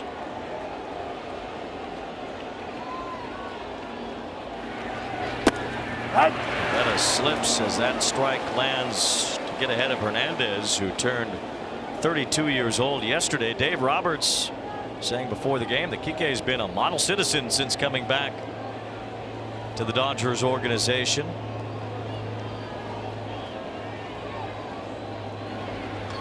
He lines this one to right center. That's a base hit. It ties the game. Will Smith scores. Kike Hernandez against his former team, back with his original team. And it's an RBI single to make it 3-3. Yeah, big 2-out base hit from former Red Sox Kike Hernandez. First pitch strike breaking ball from Pivetta. Tried to get that express, the fastball by him on a 0-1 count, and Kike would have no part of it. This is just barreled up. And he knew it as soon as he hit it, too. Look at his head down on the ball right there. Just a line drive bullet back up the middle. A strike to Hayward. 3-3 the score.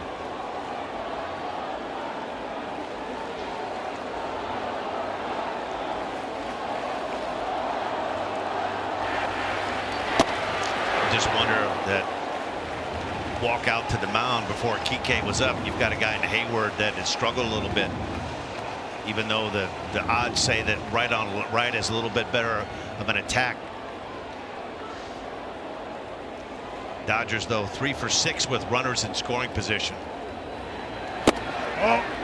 Ball 2 strikes on Hayward. The Red Sox bullpen has normally locked down leads this year. When leading after 6, they've been the best team in baseball, going 52-3, but they could not keep their lead through the 6th inning today. It was 3-0, now 3-3 as Hernandez scampers back to first. Yeah, most of the time when you're coming in from the bullpen, that first pitch you make is sometimes the most important pitch. First pitch he threw was that curveball that Will Smith hit high off the wall.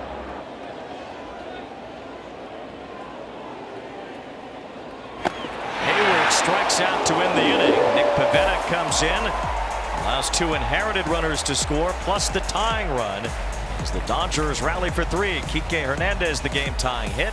It's 3 apiece in Boston. Listen to every MLB game live or on demand with At Bat. Plus watch all minor league baseball on live look-ins on MLB Big Inning. No blackouts. Visit MLB.com/atbat for details.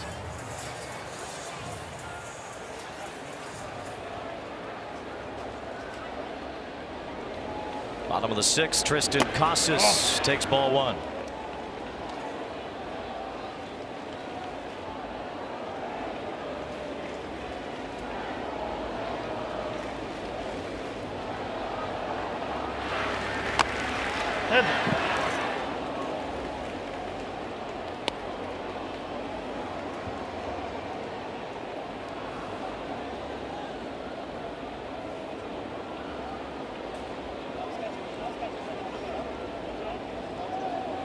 Lance Lynn still out there. Remember Dave Roberts said he thought Lynn would pitch into the 7th inning.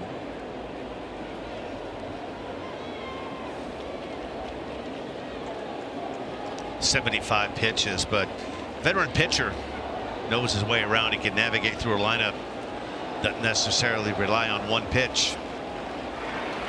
I think that's one of the things when they acquired him at the trade deadline. I know there are a lot of people in Dodger Blue disappointed. They thought they had a deal for Eduardo Rodriguez of the Tigers.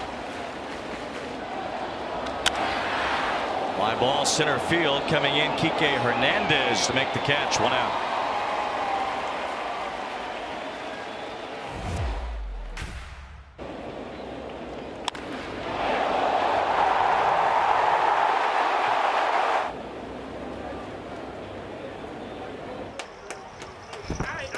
Damn, I've been waiting to hold these things for a while. Give me these. Hugging those inflatable dumbbells that the Red Sox use for their home run celebration. Trevor Story at the plate here. His home run in the 2nd, his first home run this year.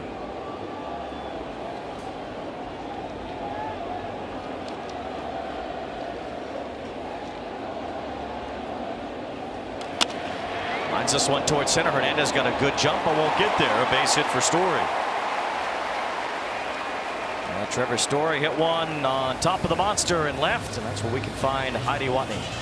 Yeah, I'm out here by Fisk Pole in left field. Now, most baseball fans know Pesky Pole in right field, just 302 feet down the line, shortest home run in all of baseball.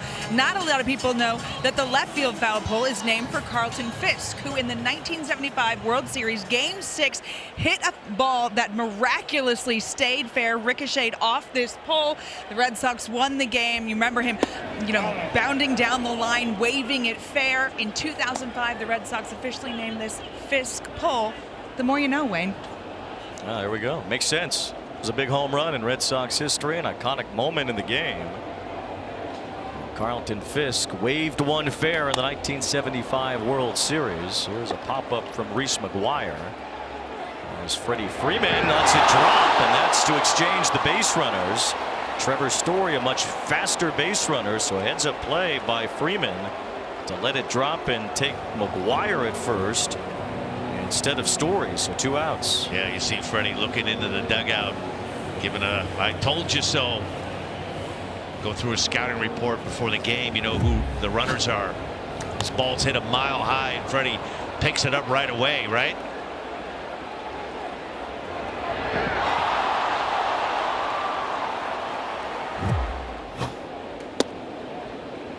Pablo Reyes takes ball 1.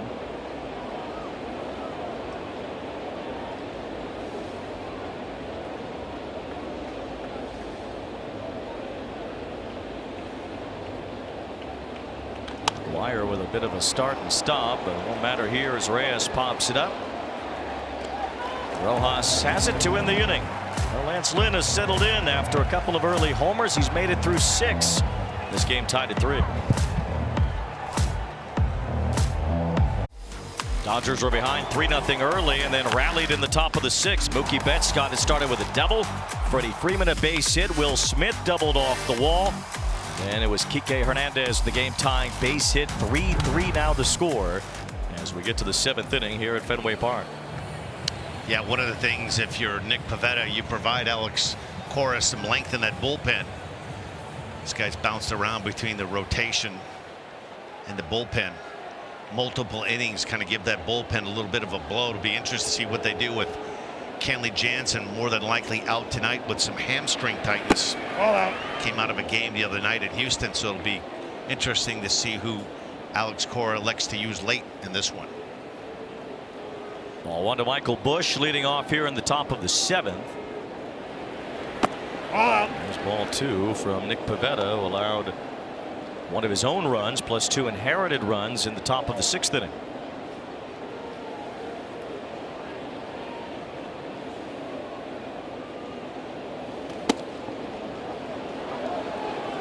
Pivetta falls behind. 3 balls, no strikes.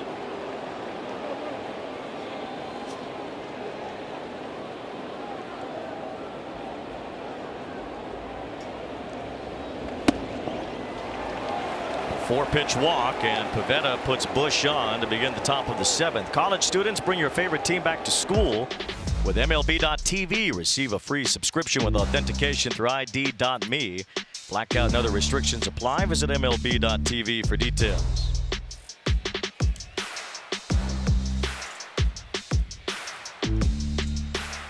Mookie Betts, one of many to wear the Dodgers and Red Sox uniforms, and it's his show tonight. He's back in Boston. He's on deck with a chance to do some damage here in the 7th after he started the 6th inning rally. And the Dodgers back into this game after they fell behind early 3-0.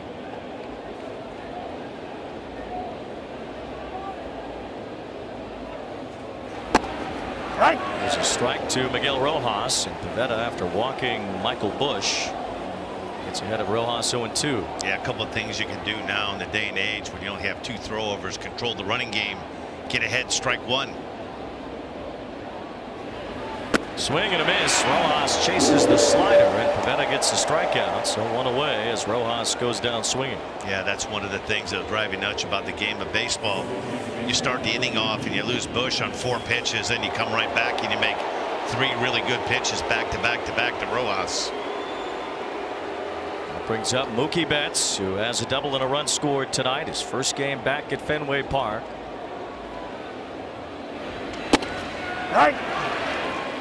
His hitting streak now at 13 games. He has hit .553 during the life of that hitting streak. He is locked in. They keep telling us he's locked in every time we see the Dodgers, and he's more locked in than locked in now.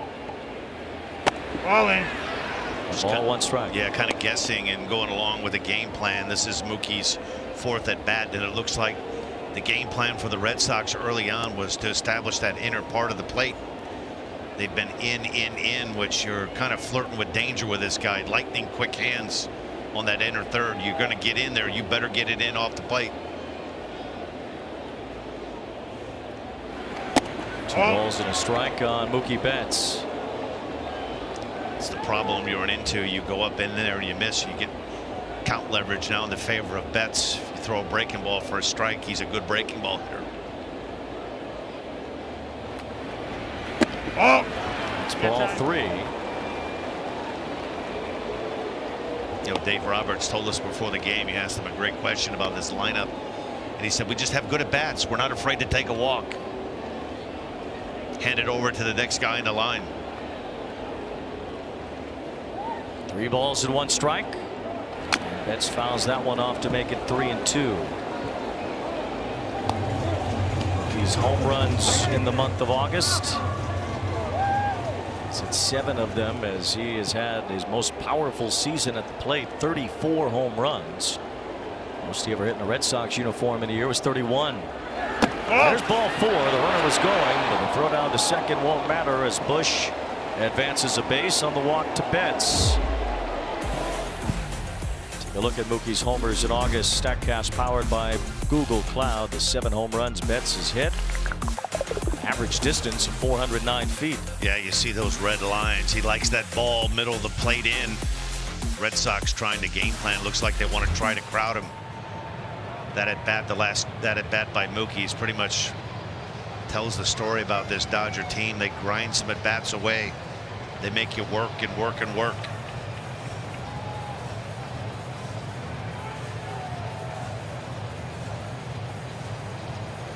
Time for our weekly Siri trivia question. Just ask Siri, how many times has Mookie Betts hit 3 home runs in a game? Give you a little hint, he's done it more than anybody in Red Sox history.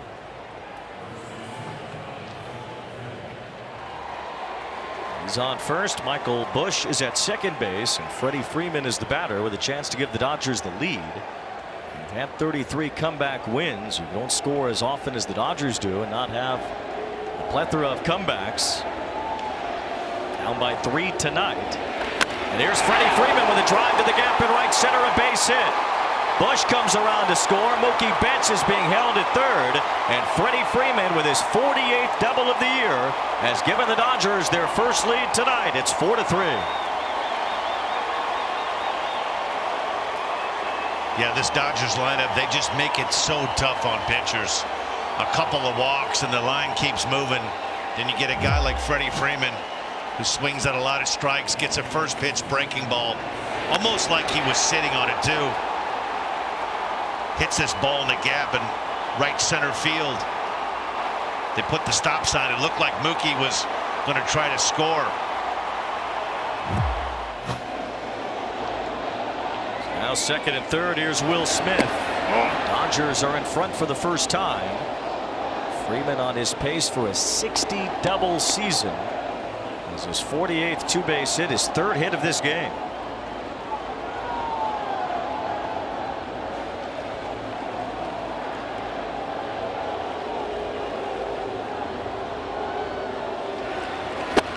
Ball one strike on Will Smith, who had an RBI double earlier. Yeah, it's not going to get any easier around Pivetta. If you're Alex Cora, going to bring the infield in again. You've got Devers, Story, Reyes, and Casas. They're all trying to cut off that lead run. Runs at such a premium when you're playing a team like LA. Alex Cora on the phone, having a long conversation with the Red Sox bullpen. The Red Sox have their infield in. Smith with a little tapper to third. That will not score a run as Devers throws him out. So two away. Big out there for Nick Pivetta. Yeah, for the second time, Alex Cora rolls the dice, brings the infield in. Both times it works. Not an easy thing to do, too. Will Smith, a good contact guy. Really easy play for Devers, a one hopper.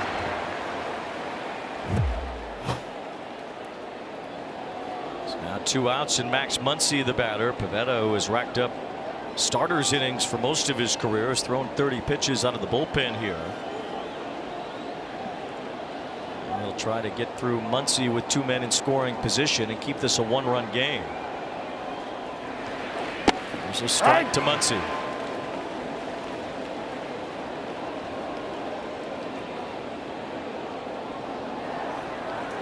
It's Brennan Bernardino warming up in the bullpen for Boston.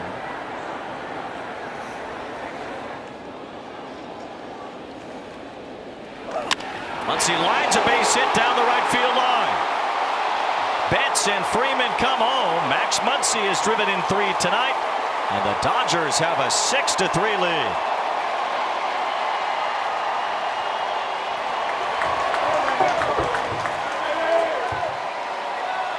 Well, you're getting to see firsthand why the Dodgers have blown this NL West up. 12-game lead going into play tonight. They fall behind 3-0, and they just peck away, and they just put quality at bats. They stretch you, they make you throw strikes.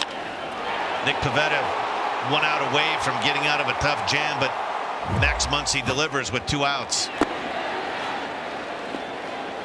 Swing and a miss by Peralta, but now the Dodgers have a 3-run lead, trying to race to a 20-3 month of August.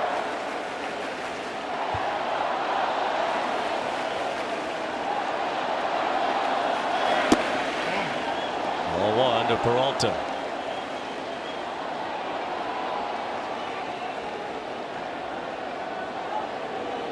Peralta 0 for 2, walked earlier.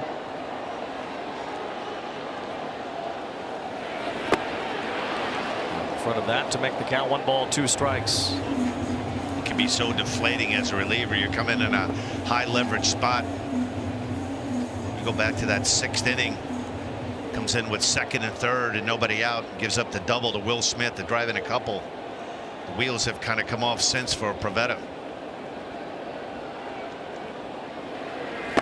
There's a swing and a miss to end the inning, but the Dodgers put up 3 runs for the 2nd straight frame. They've taken the lead here in Boston. Freeman an RBI double. Max Muncy a 2-run 2-base hit. The Dodgers dancing in Beantown tonight.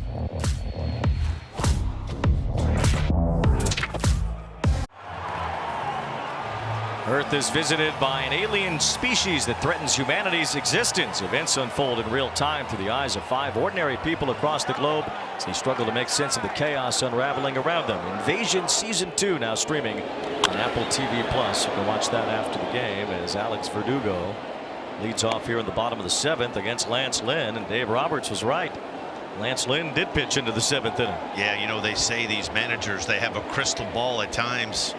Dave told Heidi, don't worry, you'll see Lance around in the 7th inning, and he was right on. Kind of that unwavering confidence that Dave Roberts has in his ball club that makes him such a great manager for the Los Angeles Dodgers and has made them such an engine over the last several years since he's been at the helm. Has a base hit for Verdugo. And the Red Sox have their leadoff man on here in the bottom of the 7th. And nobody knows Fenway like Heidi Watney as she makes her way around the ballpark tonight. Yeah, guys, I'm having so much fun out here. I'm sitting right under the 521 overlook, named after the number of home runs that Ted Williams hit, and right behind this red seat, which marks the longest home run hit in the history of this ballpark at 502 feet. Ted Williams reportedly hit it in June of 1946. But if you ask people around the Red Sox today, they think it's kind of impossible to hit a ball this far. Let me tell you a story here. David Ortiz once took batting practice with a metal bat trying to hit a home run this far. He couldn't reach it, and he's a Hall of Famer. Tom Caron, longtime NESN broadcaster, has been here for 20 years. He said he's never even seen a ball get close. And sitting out here, guys, yeah, it's pretty far to home plate from here.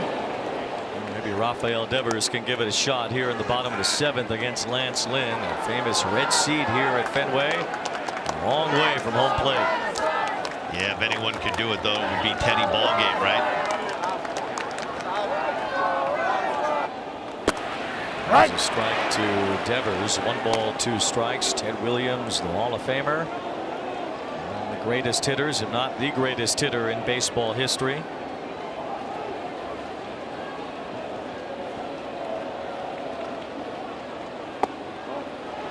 Rafael Devers, if he plays the length of his 10-year contract with the Red Sox, he'll be up there in terms of seasons played, career games played, and many other Red Sox lists that will have Devers' name on it.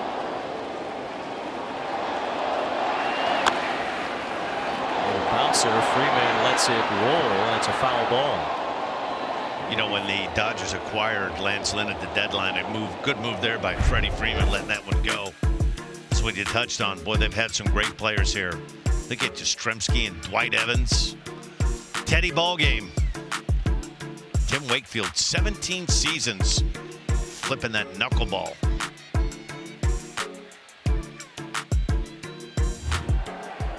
There's the number 9 for Ted Williams.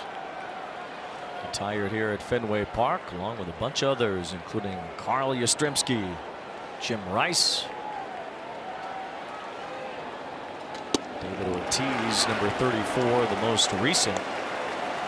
Count goes full on Devers, 3-2. Lance Lynn allowed a couple of home runs early, has settled in to make it through 6 with the lead. He's allowed a base hit to the first batter of the inning here in the 7th, and then he's entered a full count with Devers, with the former Dodger Justin Turner on deck and Brusdar Graterol warming up in the Dodger bullpen.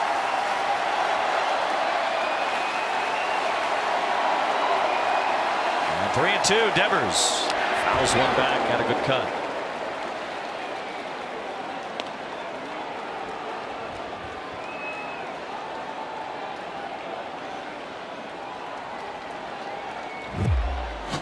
Take a look at that last pitch.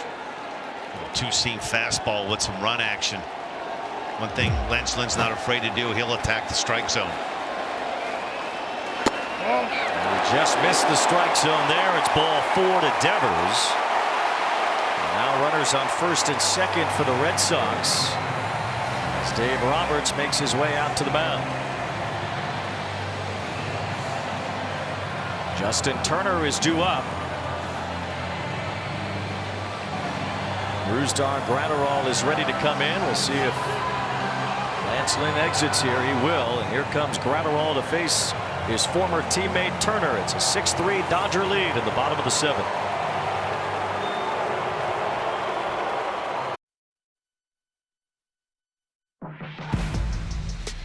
Welcome back to Friday Night Baseball on Apple TV Plus, presented by Chevrolet. I'm Wayne Randazzo with Dan Plesac and Heidi Watney. We're at Fenway, where the Dodgers have come back to take a lead against the Red Sox, and now Brusdar Graterol is in the game to try to hold that lead for LA.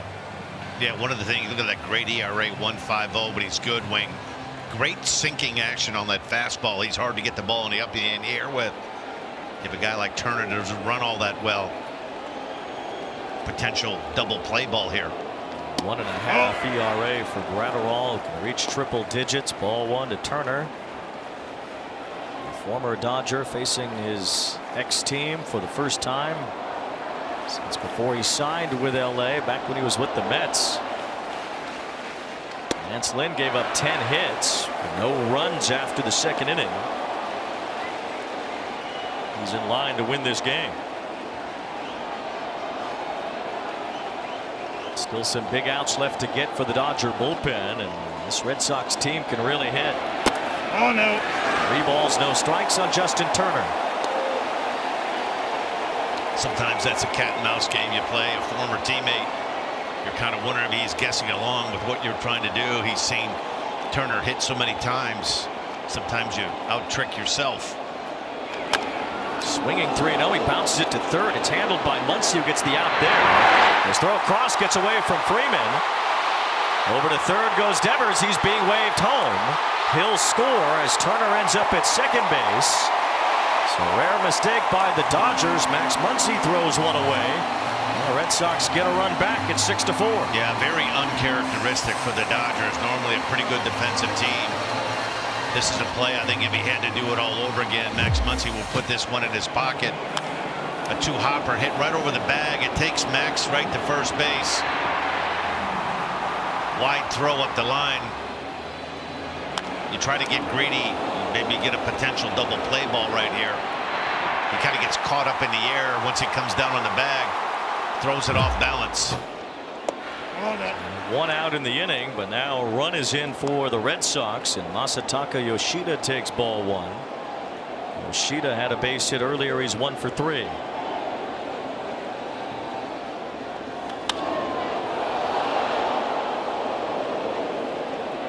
Ball 1 strike on Yoshida. Adam Duvall is behind him. The Red Sox try to answer the Dodger comeback with one of their own. Bounced up the middle, right to the bag at second base. Rojas throws it to first. And there's 2 down. Boy, it's such a relief if you're a manager for Dave Roberts. You bring a guy like Gratterall into a game. Pitches to contact.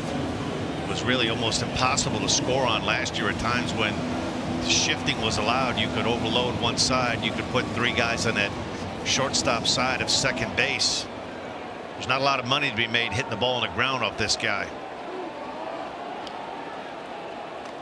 Swing and a miss on a 100-mile-an-hour pitch from Brusdar Graterol. It gets ahead of Adam Duvall. Duvall with the base hit earlier. The Red Sox have 10 hits in this game, but they are behind, trailing by just 2 now. Duvall breaks his bat, pops it up. Mookie Betts to shallow right field, and that ends the inning. So Boston gets a gift run on an error by Muncy. Brusdar Graterol limits the damage from there. The Dodgers hold the lead through 7.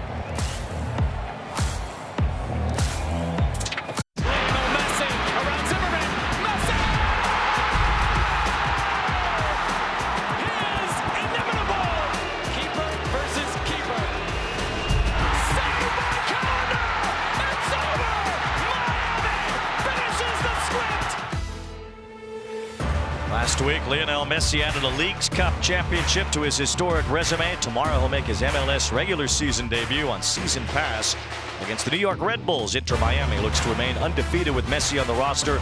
Start a journey that moves them from last place to the playoffs. Coverage of that match begins at 6:30 Eastern on Apple TV. And here's a guy with a great story. Brennan Bernardino, the new pitcher for the Boston Red Sox.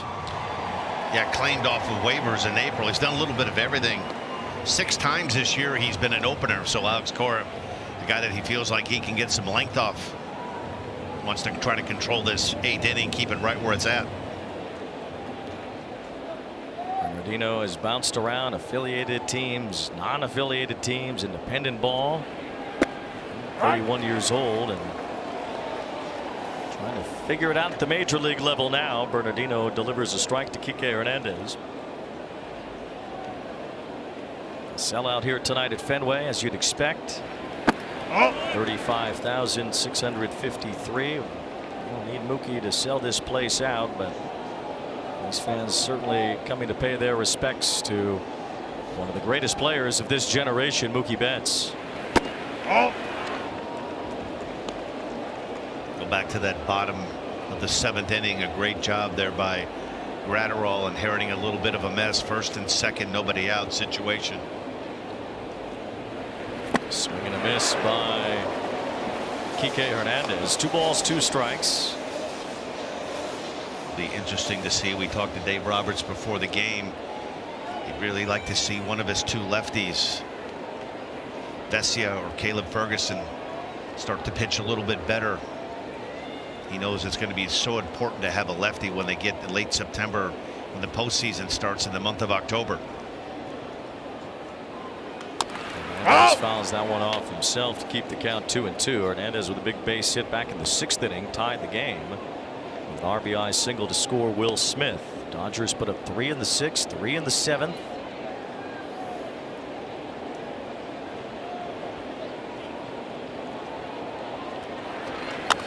Line to third and caught by Devers.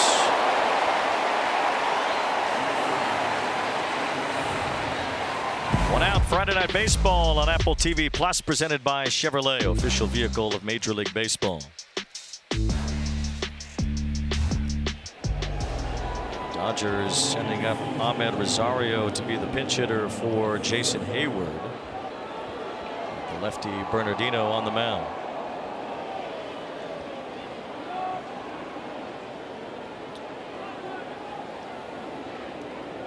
Four runs charged to Pivetta in his 2 innings. As Brusdar Graterol after finishing off the bottom of the 7th.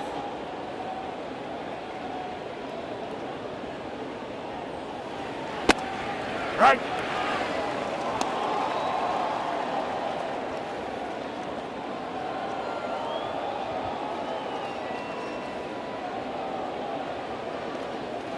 Oh.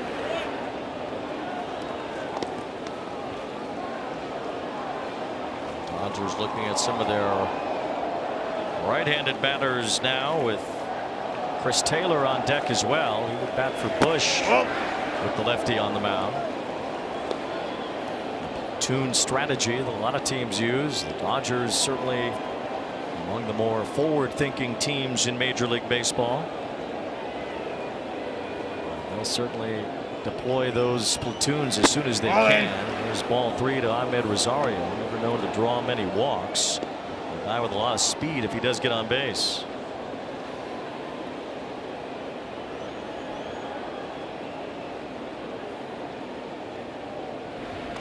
All 4. Here's ball 4. So Rosario walks for just the 3rd time since joining the Dodgers. The guy who can really fly reaches base here as Dave Bush, the Red Sox pitching coach, comes out. Dodgers will make another change with Taylor batting for Bush. Yeah, this is a move right here to buy some time to get somebody up in that bullpen. That 3-batter minimum, Bernardino's got at least get through this part. Outs are so precious right now. You're down by a couple.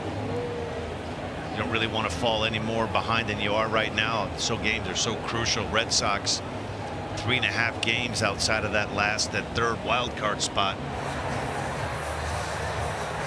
John Schreiber getting up in the Boston bullpen.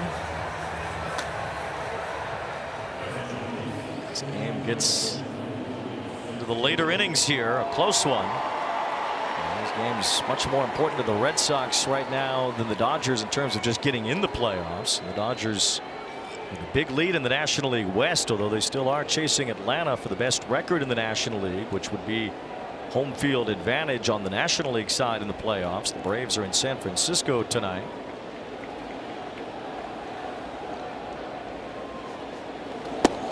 There's a strike to Taylor.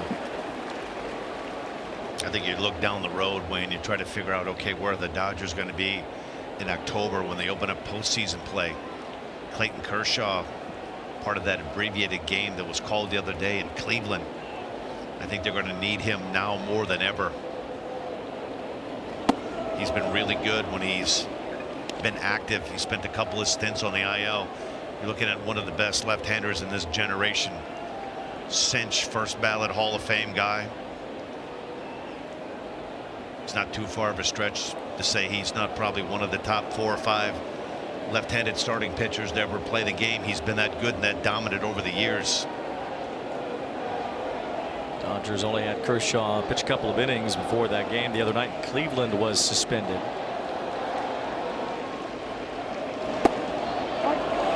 0-2 to Chris Taylor. Talked to Dave Roberts before the game. They're hoping maybe by the end of September that they'll have Walker Buehler built up a little bit where they could maybe use him for 3 or 4 innings.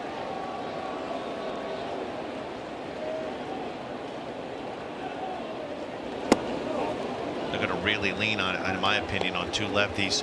Kershaw and Julio Urias. I think that's why it was so crucial for them picking up tonight's starter Lance Lynn. Bobby Miller's been really good, a young rookie pitcher with a big arm from the right side. But you're looking, I think, if the Dodgers are going anywhere, they're going to need Clayton to deliver in October.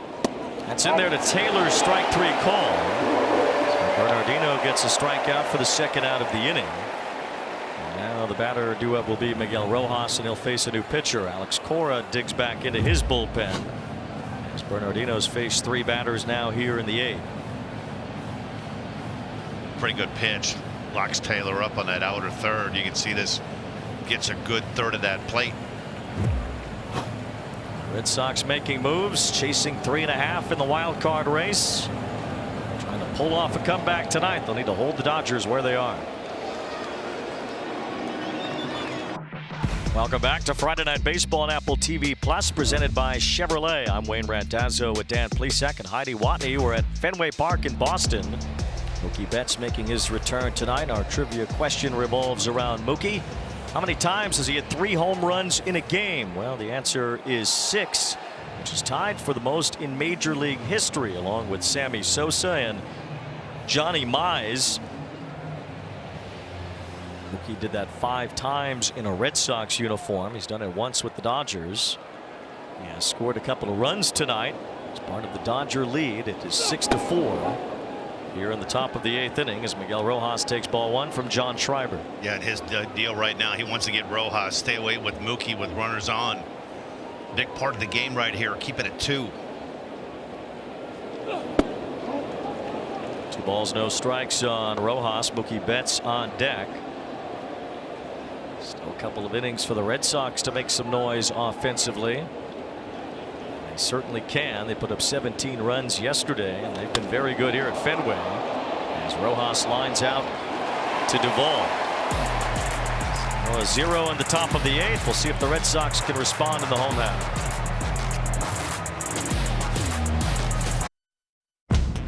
Well, the life of a high leverage reliever, and Brusdar Graterol is just that. Coming in with traffic, Justin Turner swinging 3-0. Max Muncy tries to get greedy, turn a double play ball, but then boy does Brusdar settle down. He gets the ground ball here to Rojas. He's awful tough, and then he saws off Duvall. Great job, 2 inherited runners, and right there he stepped in a big old bucket of sassy heading into the dugout. Brusdar Graterol out of energy for this Dodger bullpen. He deals ball 1 to Tristan Casas leading off the bottom of the 8th inning. Dodgers keeping Ahmed Rosario in the game to play second base. So Mookie Betts goes back to his normal position where he's won a whole bunch of Gold Gloves in right field. Graterol in relief of Lynn, got all 3 outs in the 7th. Trying to set this one up.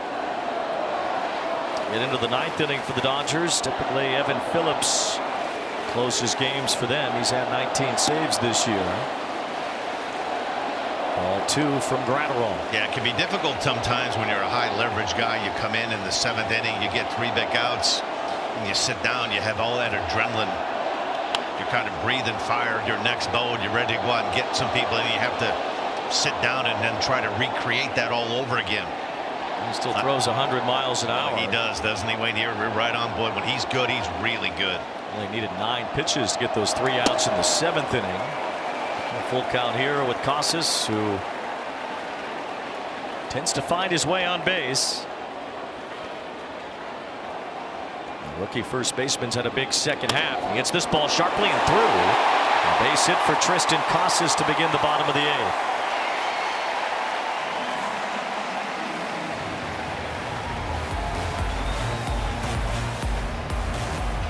The shortstop, number 10, Trevor Story.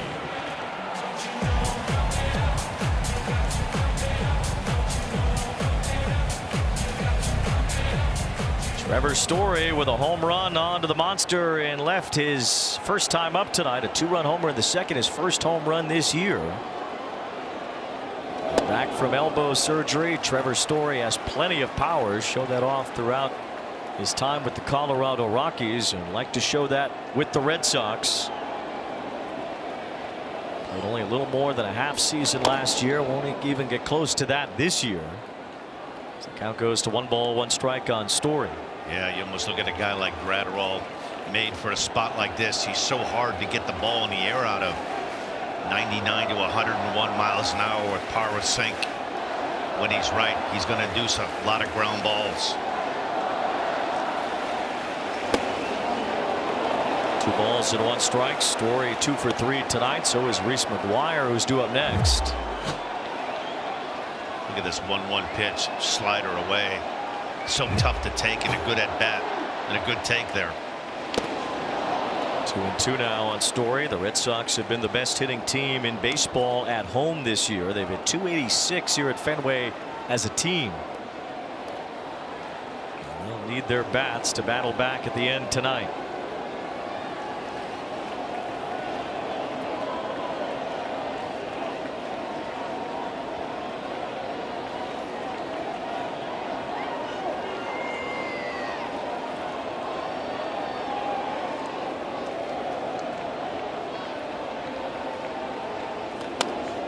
Swing, and nobody in the way of that as it came flashing into the crowd. 2 balls 2 strikes on Trevor Story. Yeah, can you imagine you get back-to-back breaking balls, and Gratterall backs that up with a 100-mile-an-hour fastball. Kind of an emergency swing, just trying to stay alive if you're Story. Swing and a miss. 100-mile-an-hour sinker gets by Story. Gratterall, big first out here in the bottom of the 8th. Only the second time a Red Sox batter has struck out tonight. Boy, it's not only hard to hit 100, but look at the sink on this fastball right here. That's his bread and butter. You can sit fastball, but man, it's hard to lift that one up in the air. Terrific pitch by Gratterall. Now 1 out. The batter, Reese McGuire. A single and a double tonight. Number 8 batter and the catcher for the Red Sox taking ball 1. Pablo Reyes on deck.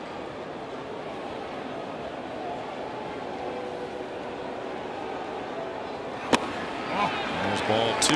Gratterall falling behind McGuire. Kind of did the same thing with Casas to start the inning off. Sometimes your frame of mind as a pitcher, when you've got a righty or a left-hander standing in the batter's box, you see a little bit more space with the lefty in the batter's box. Sometimes with a righty, they crowd up in there, and it gives you a good visual to go ahead and throw that power sinker. 10 walks this year in 55 innings for Gratterall. He's typically been around the plate. Rojas and Will Smith out for a chat. Brusdar Gratterall goes back to work with the tying run at the plate for Boston.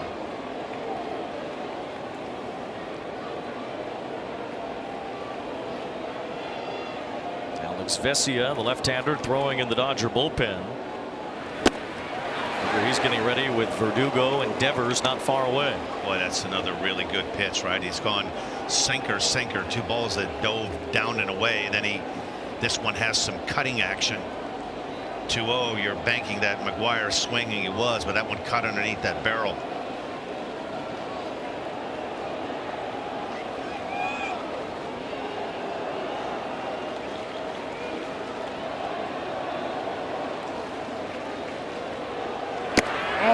It's ball 3. Gratterall will face the number 9 batter, the right-handed hitting Reyes, who is on deck, and then Dave Roberts will likely use Vesia as the Dodgers try to hang on. There's a strike, and it's 3-2. Yeah, I know the crowd doesn't like it, but that's a really good pitch. Catches a good ball on that outside corner. I know McGuire doesn't like the call. A really good pitch by Gratterall. 3-2 now on McGuire. Reaches out, hits a bouncer toward third. Muncy has it. Long throw across, not in time. McGuire legs out an infield hit. Casas goes to second base. Third hit for McGuire in this game. The Red Sox have the tying runs on base, and now Reyes will be called back for a pinch hitter. With the lefty getting ready in the Dodger bullpen.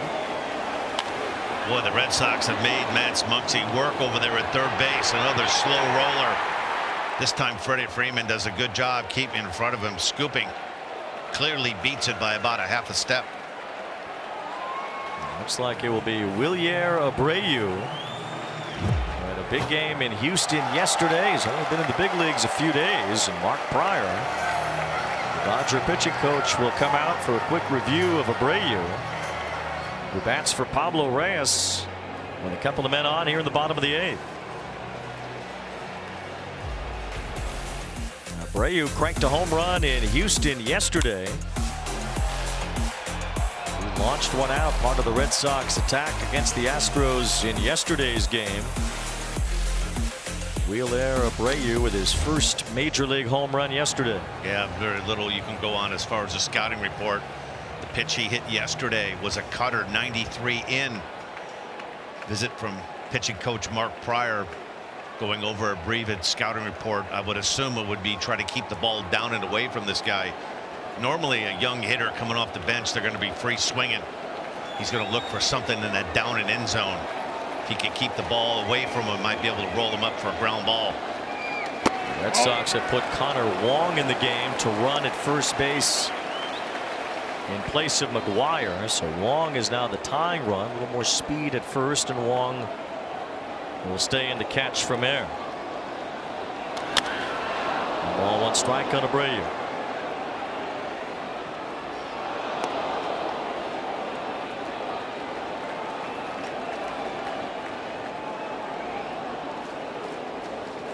Abreu at AAA this year at 22 home runs. He showed power in the minors.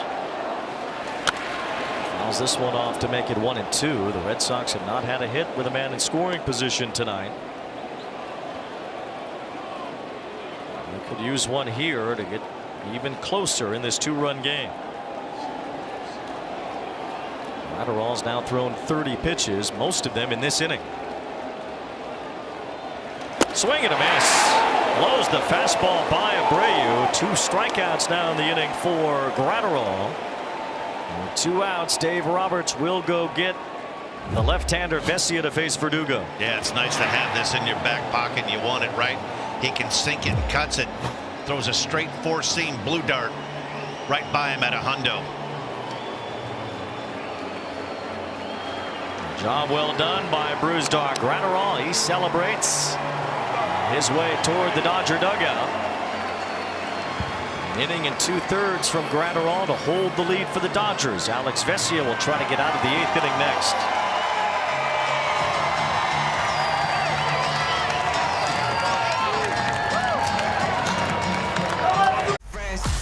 With my team, we aim to win.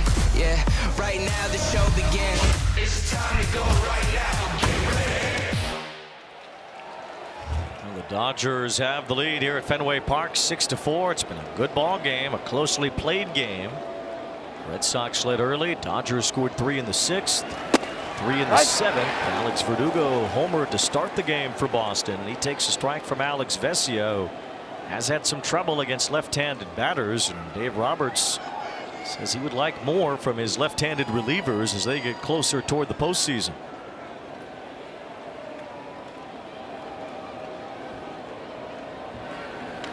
Verdugo lines one toward right. That's a base hit. They'll hold Casas at third. Wong is stuck between second and third. Freeman throws behind him. Wong in a rundown. He is tagged out as a Red Sox base running mistake ends the bottom of the 8th.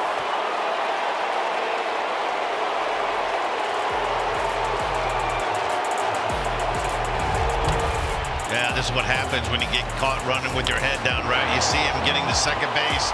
His head's down. He didn't pick up that lead runner. The throw into the middle part of the diamond. Not a worse feeling when you know you've just run yourself out of a potential big inning. Great job by Rojas running him down and getting him to stop.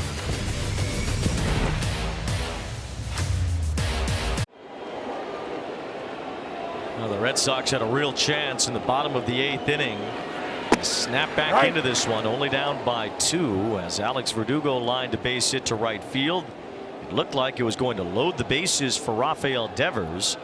But Connor Wong was racing toward third when Tristan Casas was being held at third. And Wong ran into the final out of the inning, costing Devers a chance to bat with the bases full. He stays in the game to be the new catcher. And Luis Urias now in at second base. Mookie Betts popping one up to first.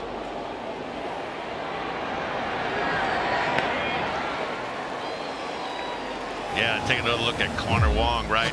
You hear this word in basketball, court awareness, right? You see him running here, doesn't pick up the coach. He's running with his head down. He has no idea that this ball is cut off or that they've held the runner at third. And a helpless feeling right now. You've just run your team right out of an inning. Great job here by the Dodgers. Rojas runs them to a complete stop. Not an ideal way for the inning to end if you're a Red Sox fan. Especially with Rafael Devers about to bat. The bases would have been loaded. Verdugo, after that base hit, thought he had set Devers up. The Dodgers excited to get that out, to get out of the inning. So a rough way to end that bottom of the 8th for Boston.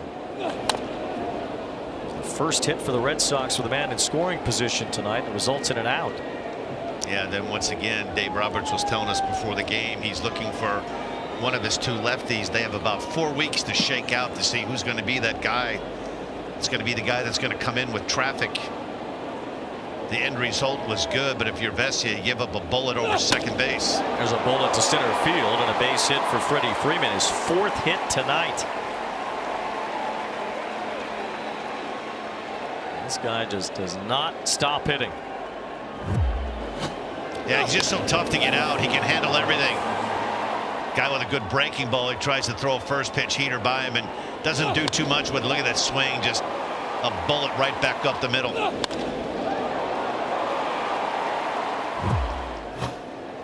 Puts his average up around 340 for the year. He's not that far behind Luis Urias for the National League lead in hitting. Urias hitting 354. Freeman lost the batting title to the Mets' Jeff McNeil on the last day of last season. He's right back in the running for a batting title again this year as Will Smith faces a count of 2 balls, no strikes. Yeah, it's a pretty good recipe too. You've got 1-2 at the top of that order. It's like Batman and Robin, Betts and Freeman. All they need is to get some contributions from somebody else down that lineup, and that's been Will Smith. Had the big double in the 6th inning. Then Max Muncy also delivered a big 2-out base hit, driving a couple of runs. It's more than just these 2 guys with the Dodgers. They just play winning baseball. There's ball 4 to Will Smith. So the Dodgers put on a couple of base runners, trying to add to their lead here in the 9th. And out comes Dave Bush, pitching coach for the Red Sox. Schreiber gets into some trouble here in the top of the 9th. Yeah, and this is where, if you're right now, if you're Alex Cora, you can ill afford to fall any more runs behind. We're assuming Phillips will more than likely come in to pitch the 9th. He's been a very pleasant surprise for Dave Roberts the last 2 years, pitching high leverage, closing out games. There's Evan Phillips. He's been the Dodgers' best reliever. He's been their closer for the majority of the year. He's getting a chance to figure out what it's like to warm up. There's not a lot of room in that bullpen, that visitor's bullpen. When you're throwing, it almost feels like when you stretch your arm back out, you're going to hit somebody behind you. Max Muncy's driven in 3 runs tonight. Catch some hecklers down there too, I'd imagine. Oh, yeah, you know, it's really difficult if you're a guy that likes to start throwing and you want to kind of long toss. You want to throw it about 75 feet to get your arm loose and throwing quick in a lot of bullpens. You're not able to do that in this bullpen. That mound is 60 feet 6 inches, and you probably have about 4 or 5 feet behind that rubber, and there's a little screen and a wall there. It's not an ideal place, let's put it that way, to warm up. 1 ball, 1 strike on Muncy, part of the old school charm here at Fenway. Count goes to 1-2. Bullpen's very much part of the action down there in right field, both for outfielders that run toward the wall and the fans around it. Yeah, Evans getting a little break. There's a lot of blue around that bullpen area tonight. Once he loops one to right field, that's a base hit. Freeman will be held at third. Verdugo has a good throwing arm. The Dodgers have loaded the bases, trying to bust this one open a bit here in the top of the ninth. Boy, this has been pretty much what Dave Roberts told us before the game, Wayne. He said, listen, we have good at bats. We stretch you out. You make you throw strikes. We're not afraid to take walks. Max Muncy coming into play, average below 200. He goes out and surrounds this pitch. Backdoor breaking ball, and he hooks it.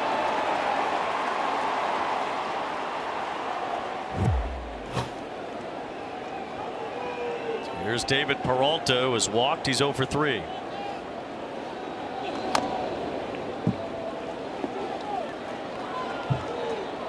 Dodgers were behind early. Lance Lynn allowed home runs in the first and the second.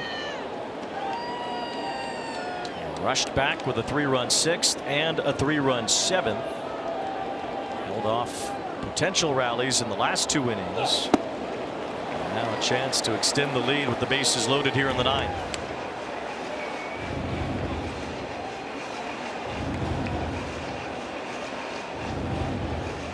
Kind of tale of two different teams. You've got the Dodgers, a runaway train.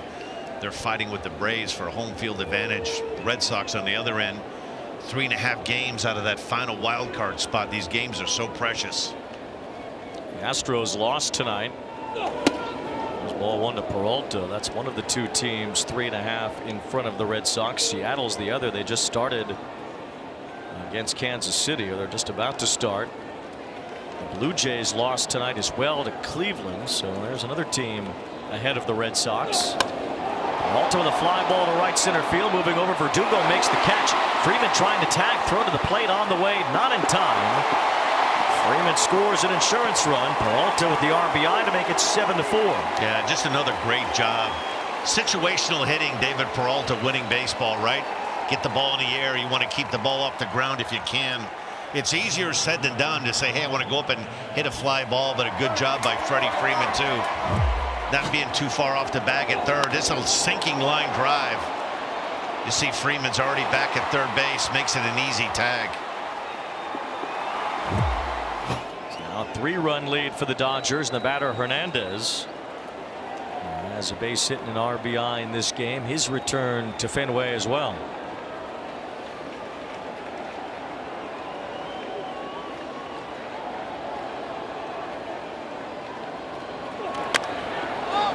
Popped up, and that should end the inning. Casas makes the catch. The Dodgers tack on a run.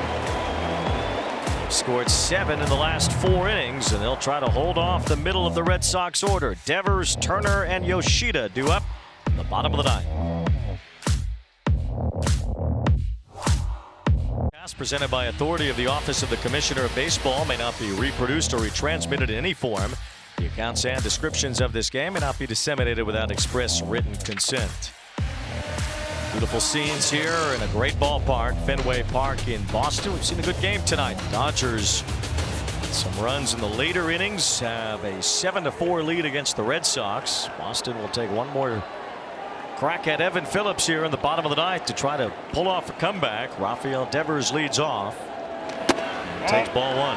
Yeah, you know, the Dodgers have a lot of money and they spend on players a la Mookie Betts and Freddie Freeman, but what a shrewd claim.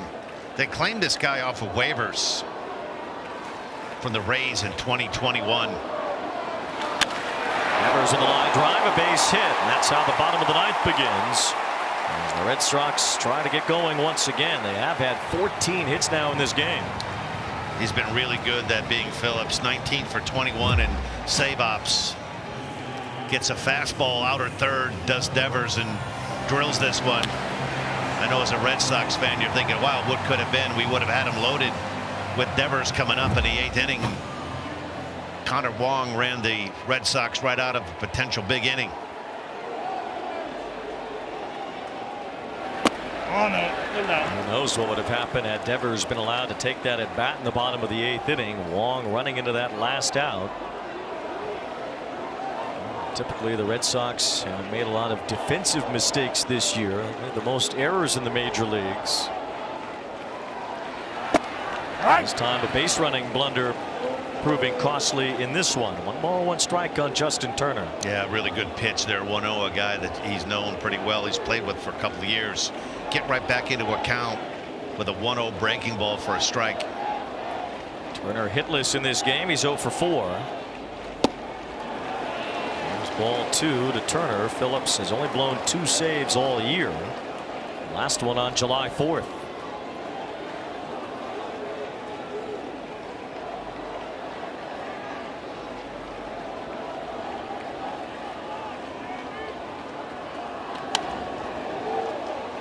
A couple of things really can do you in coming in and pitching that 9th inning.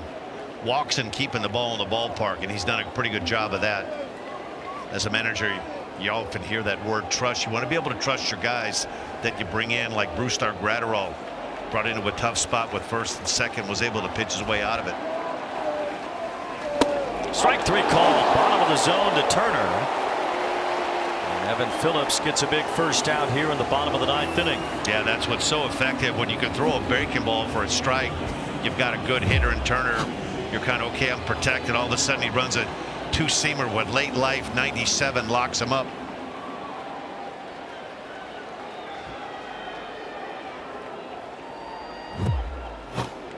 Now 1 out. The batter Masataka Yoshida. He looks at a strike from Phillips. Drops in the breaking ball. Yoshida's had a base hit tonight. Adam Duvall on deck. Red Sox have just 1 run since the 2nd inning. That was on an error. Glove of Smith. And Devers unable to move off of first. I was wondering if that was a cross up, right? Even though with a runner on first base, just the way that Smith caught that, like he wasn't expecting that ball to run away and tail away, right?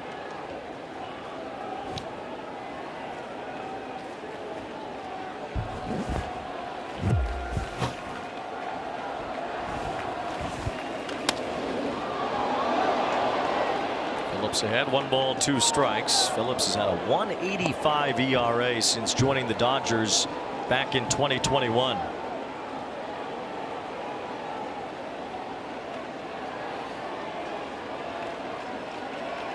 Outstanding throughout this season.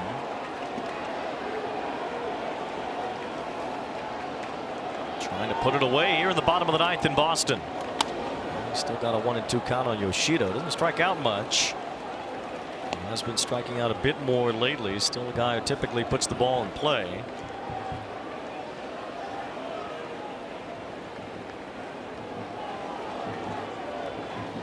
Jose Ramirez and Stephen Kwan in the American League have struck out at a lower rate than Yoshida, who fouls off another. Yeah, it's been a pretty good year on and off the field for Phillips. He and his wife Elizabeth welcomed their first child, a son, Bo, born in the month of April. Season off to a good start, and hopefully it will end in a good start for he and the Dodgers. Dodgers are 30 games above 500. They've won 19 of 22 in August. This could be one of the winningest months in franchise history. Right now it would be, with an .864 winning percentage this month. It would be the greatest single month in Dodger history. Franchise record for the most wins in a month, 25. They've done it a couple of times. Yoshida hits one hard toward left field. Peralta, good job, makes the catch. 2 outs as Yoshida lines out sharply. Devers goes back to first. Nice play by a former Gold Glove winner in left field, David Peralta. Yeah, doesn't get a lot of chance to play at this ballpark in Fenway. Playing a little bit closer. This is a bullet from Yoshida. See, Peralta gets kind of caught a little bit in between. This ball almost gets over his head with that big outfielder's glove. He's able to handle it and bring it in.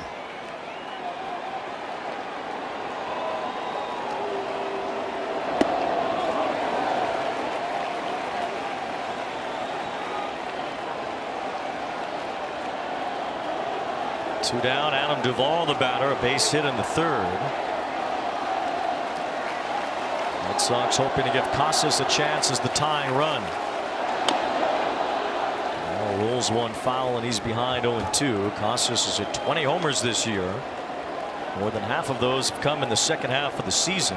He'll have a chance to at least represent the tying run here at the bottom of the 9th.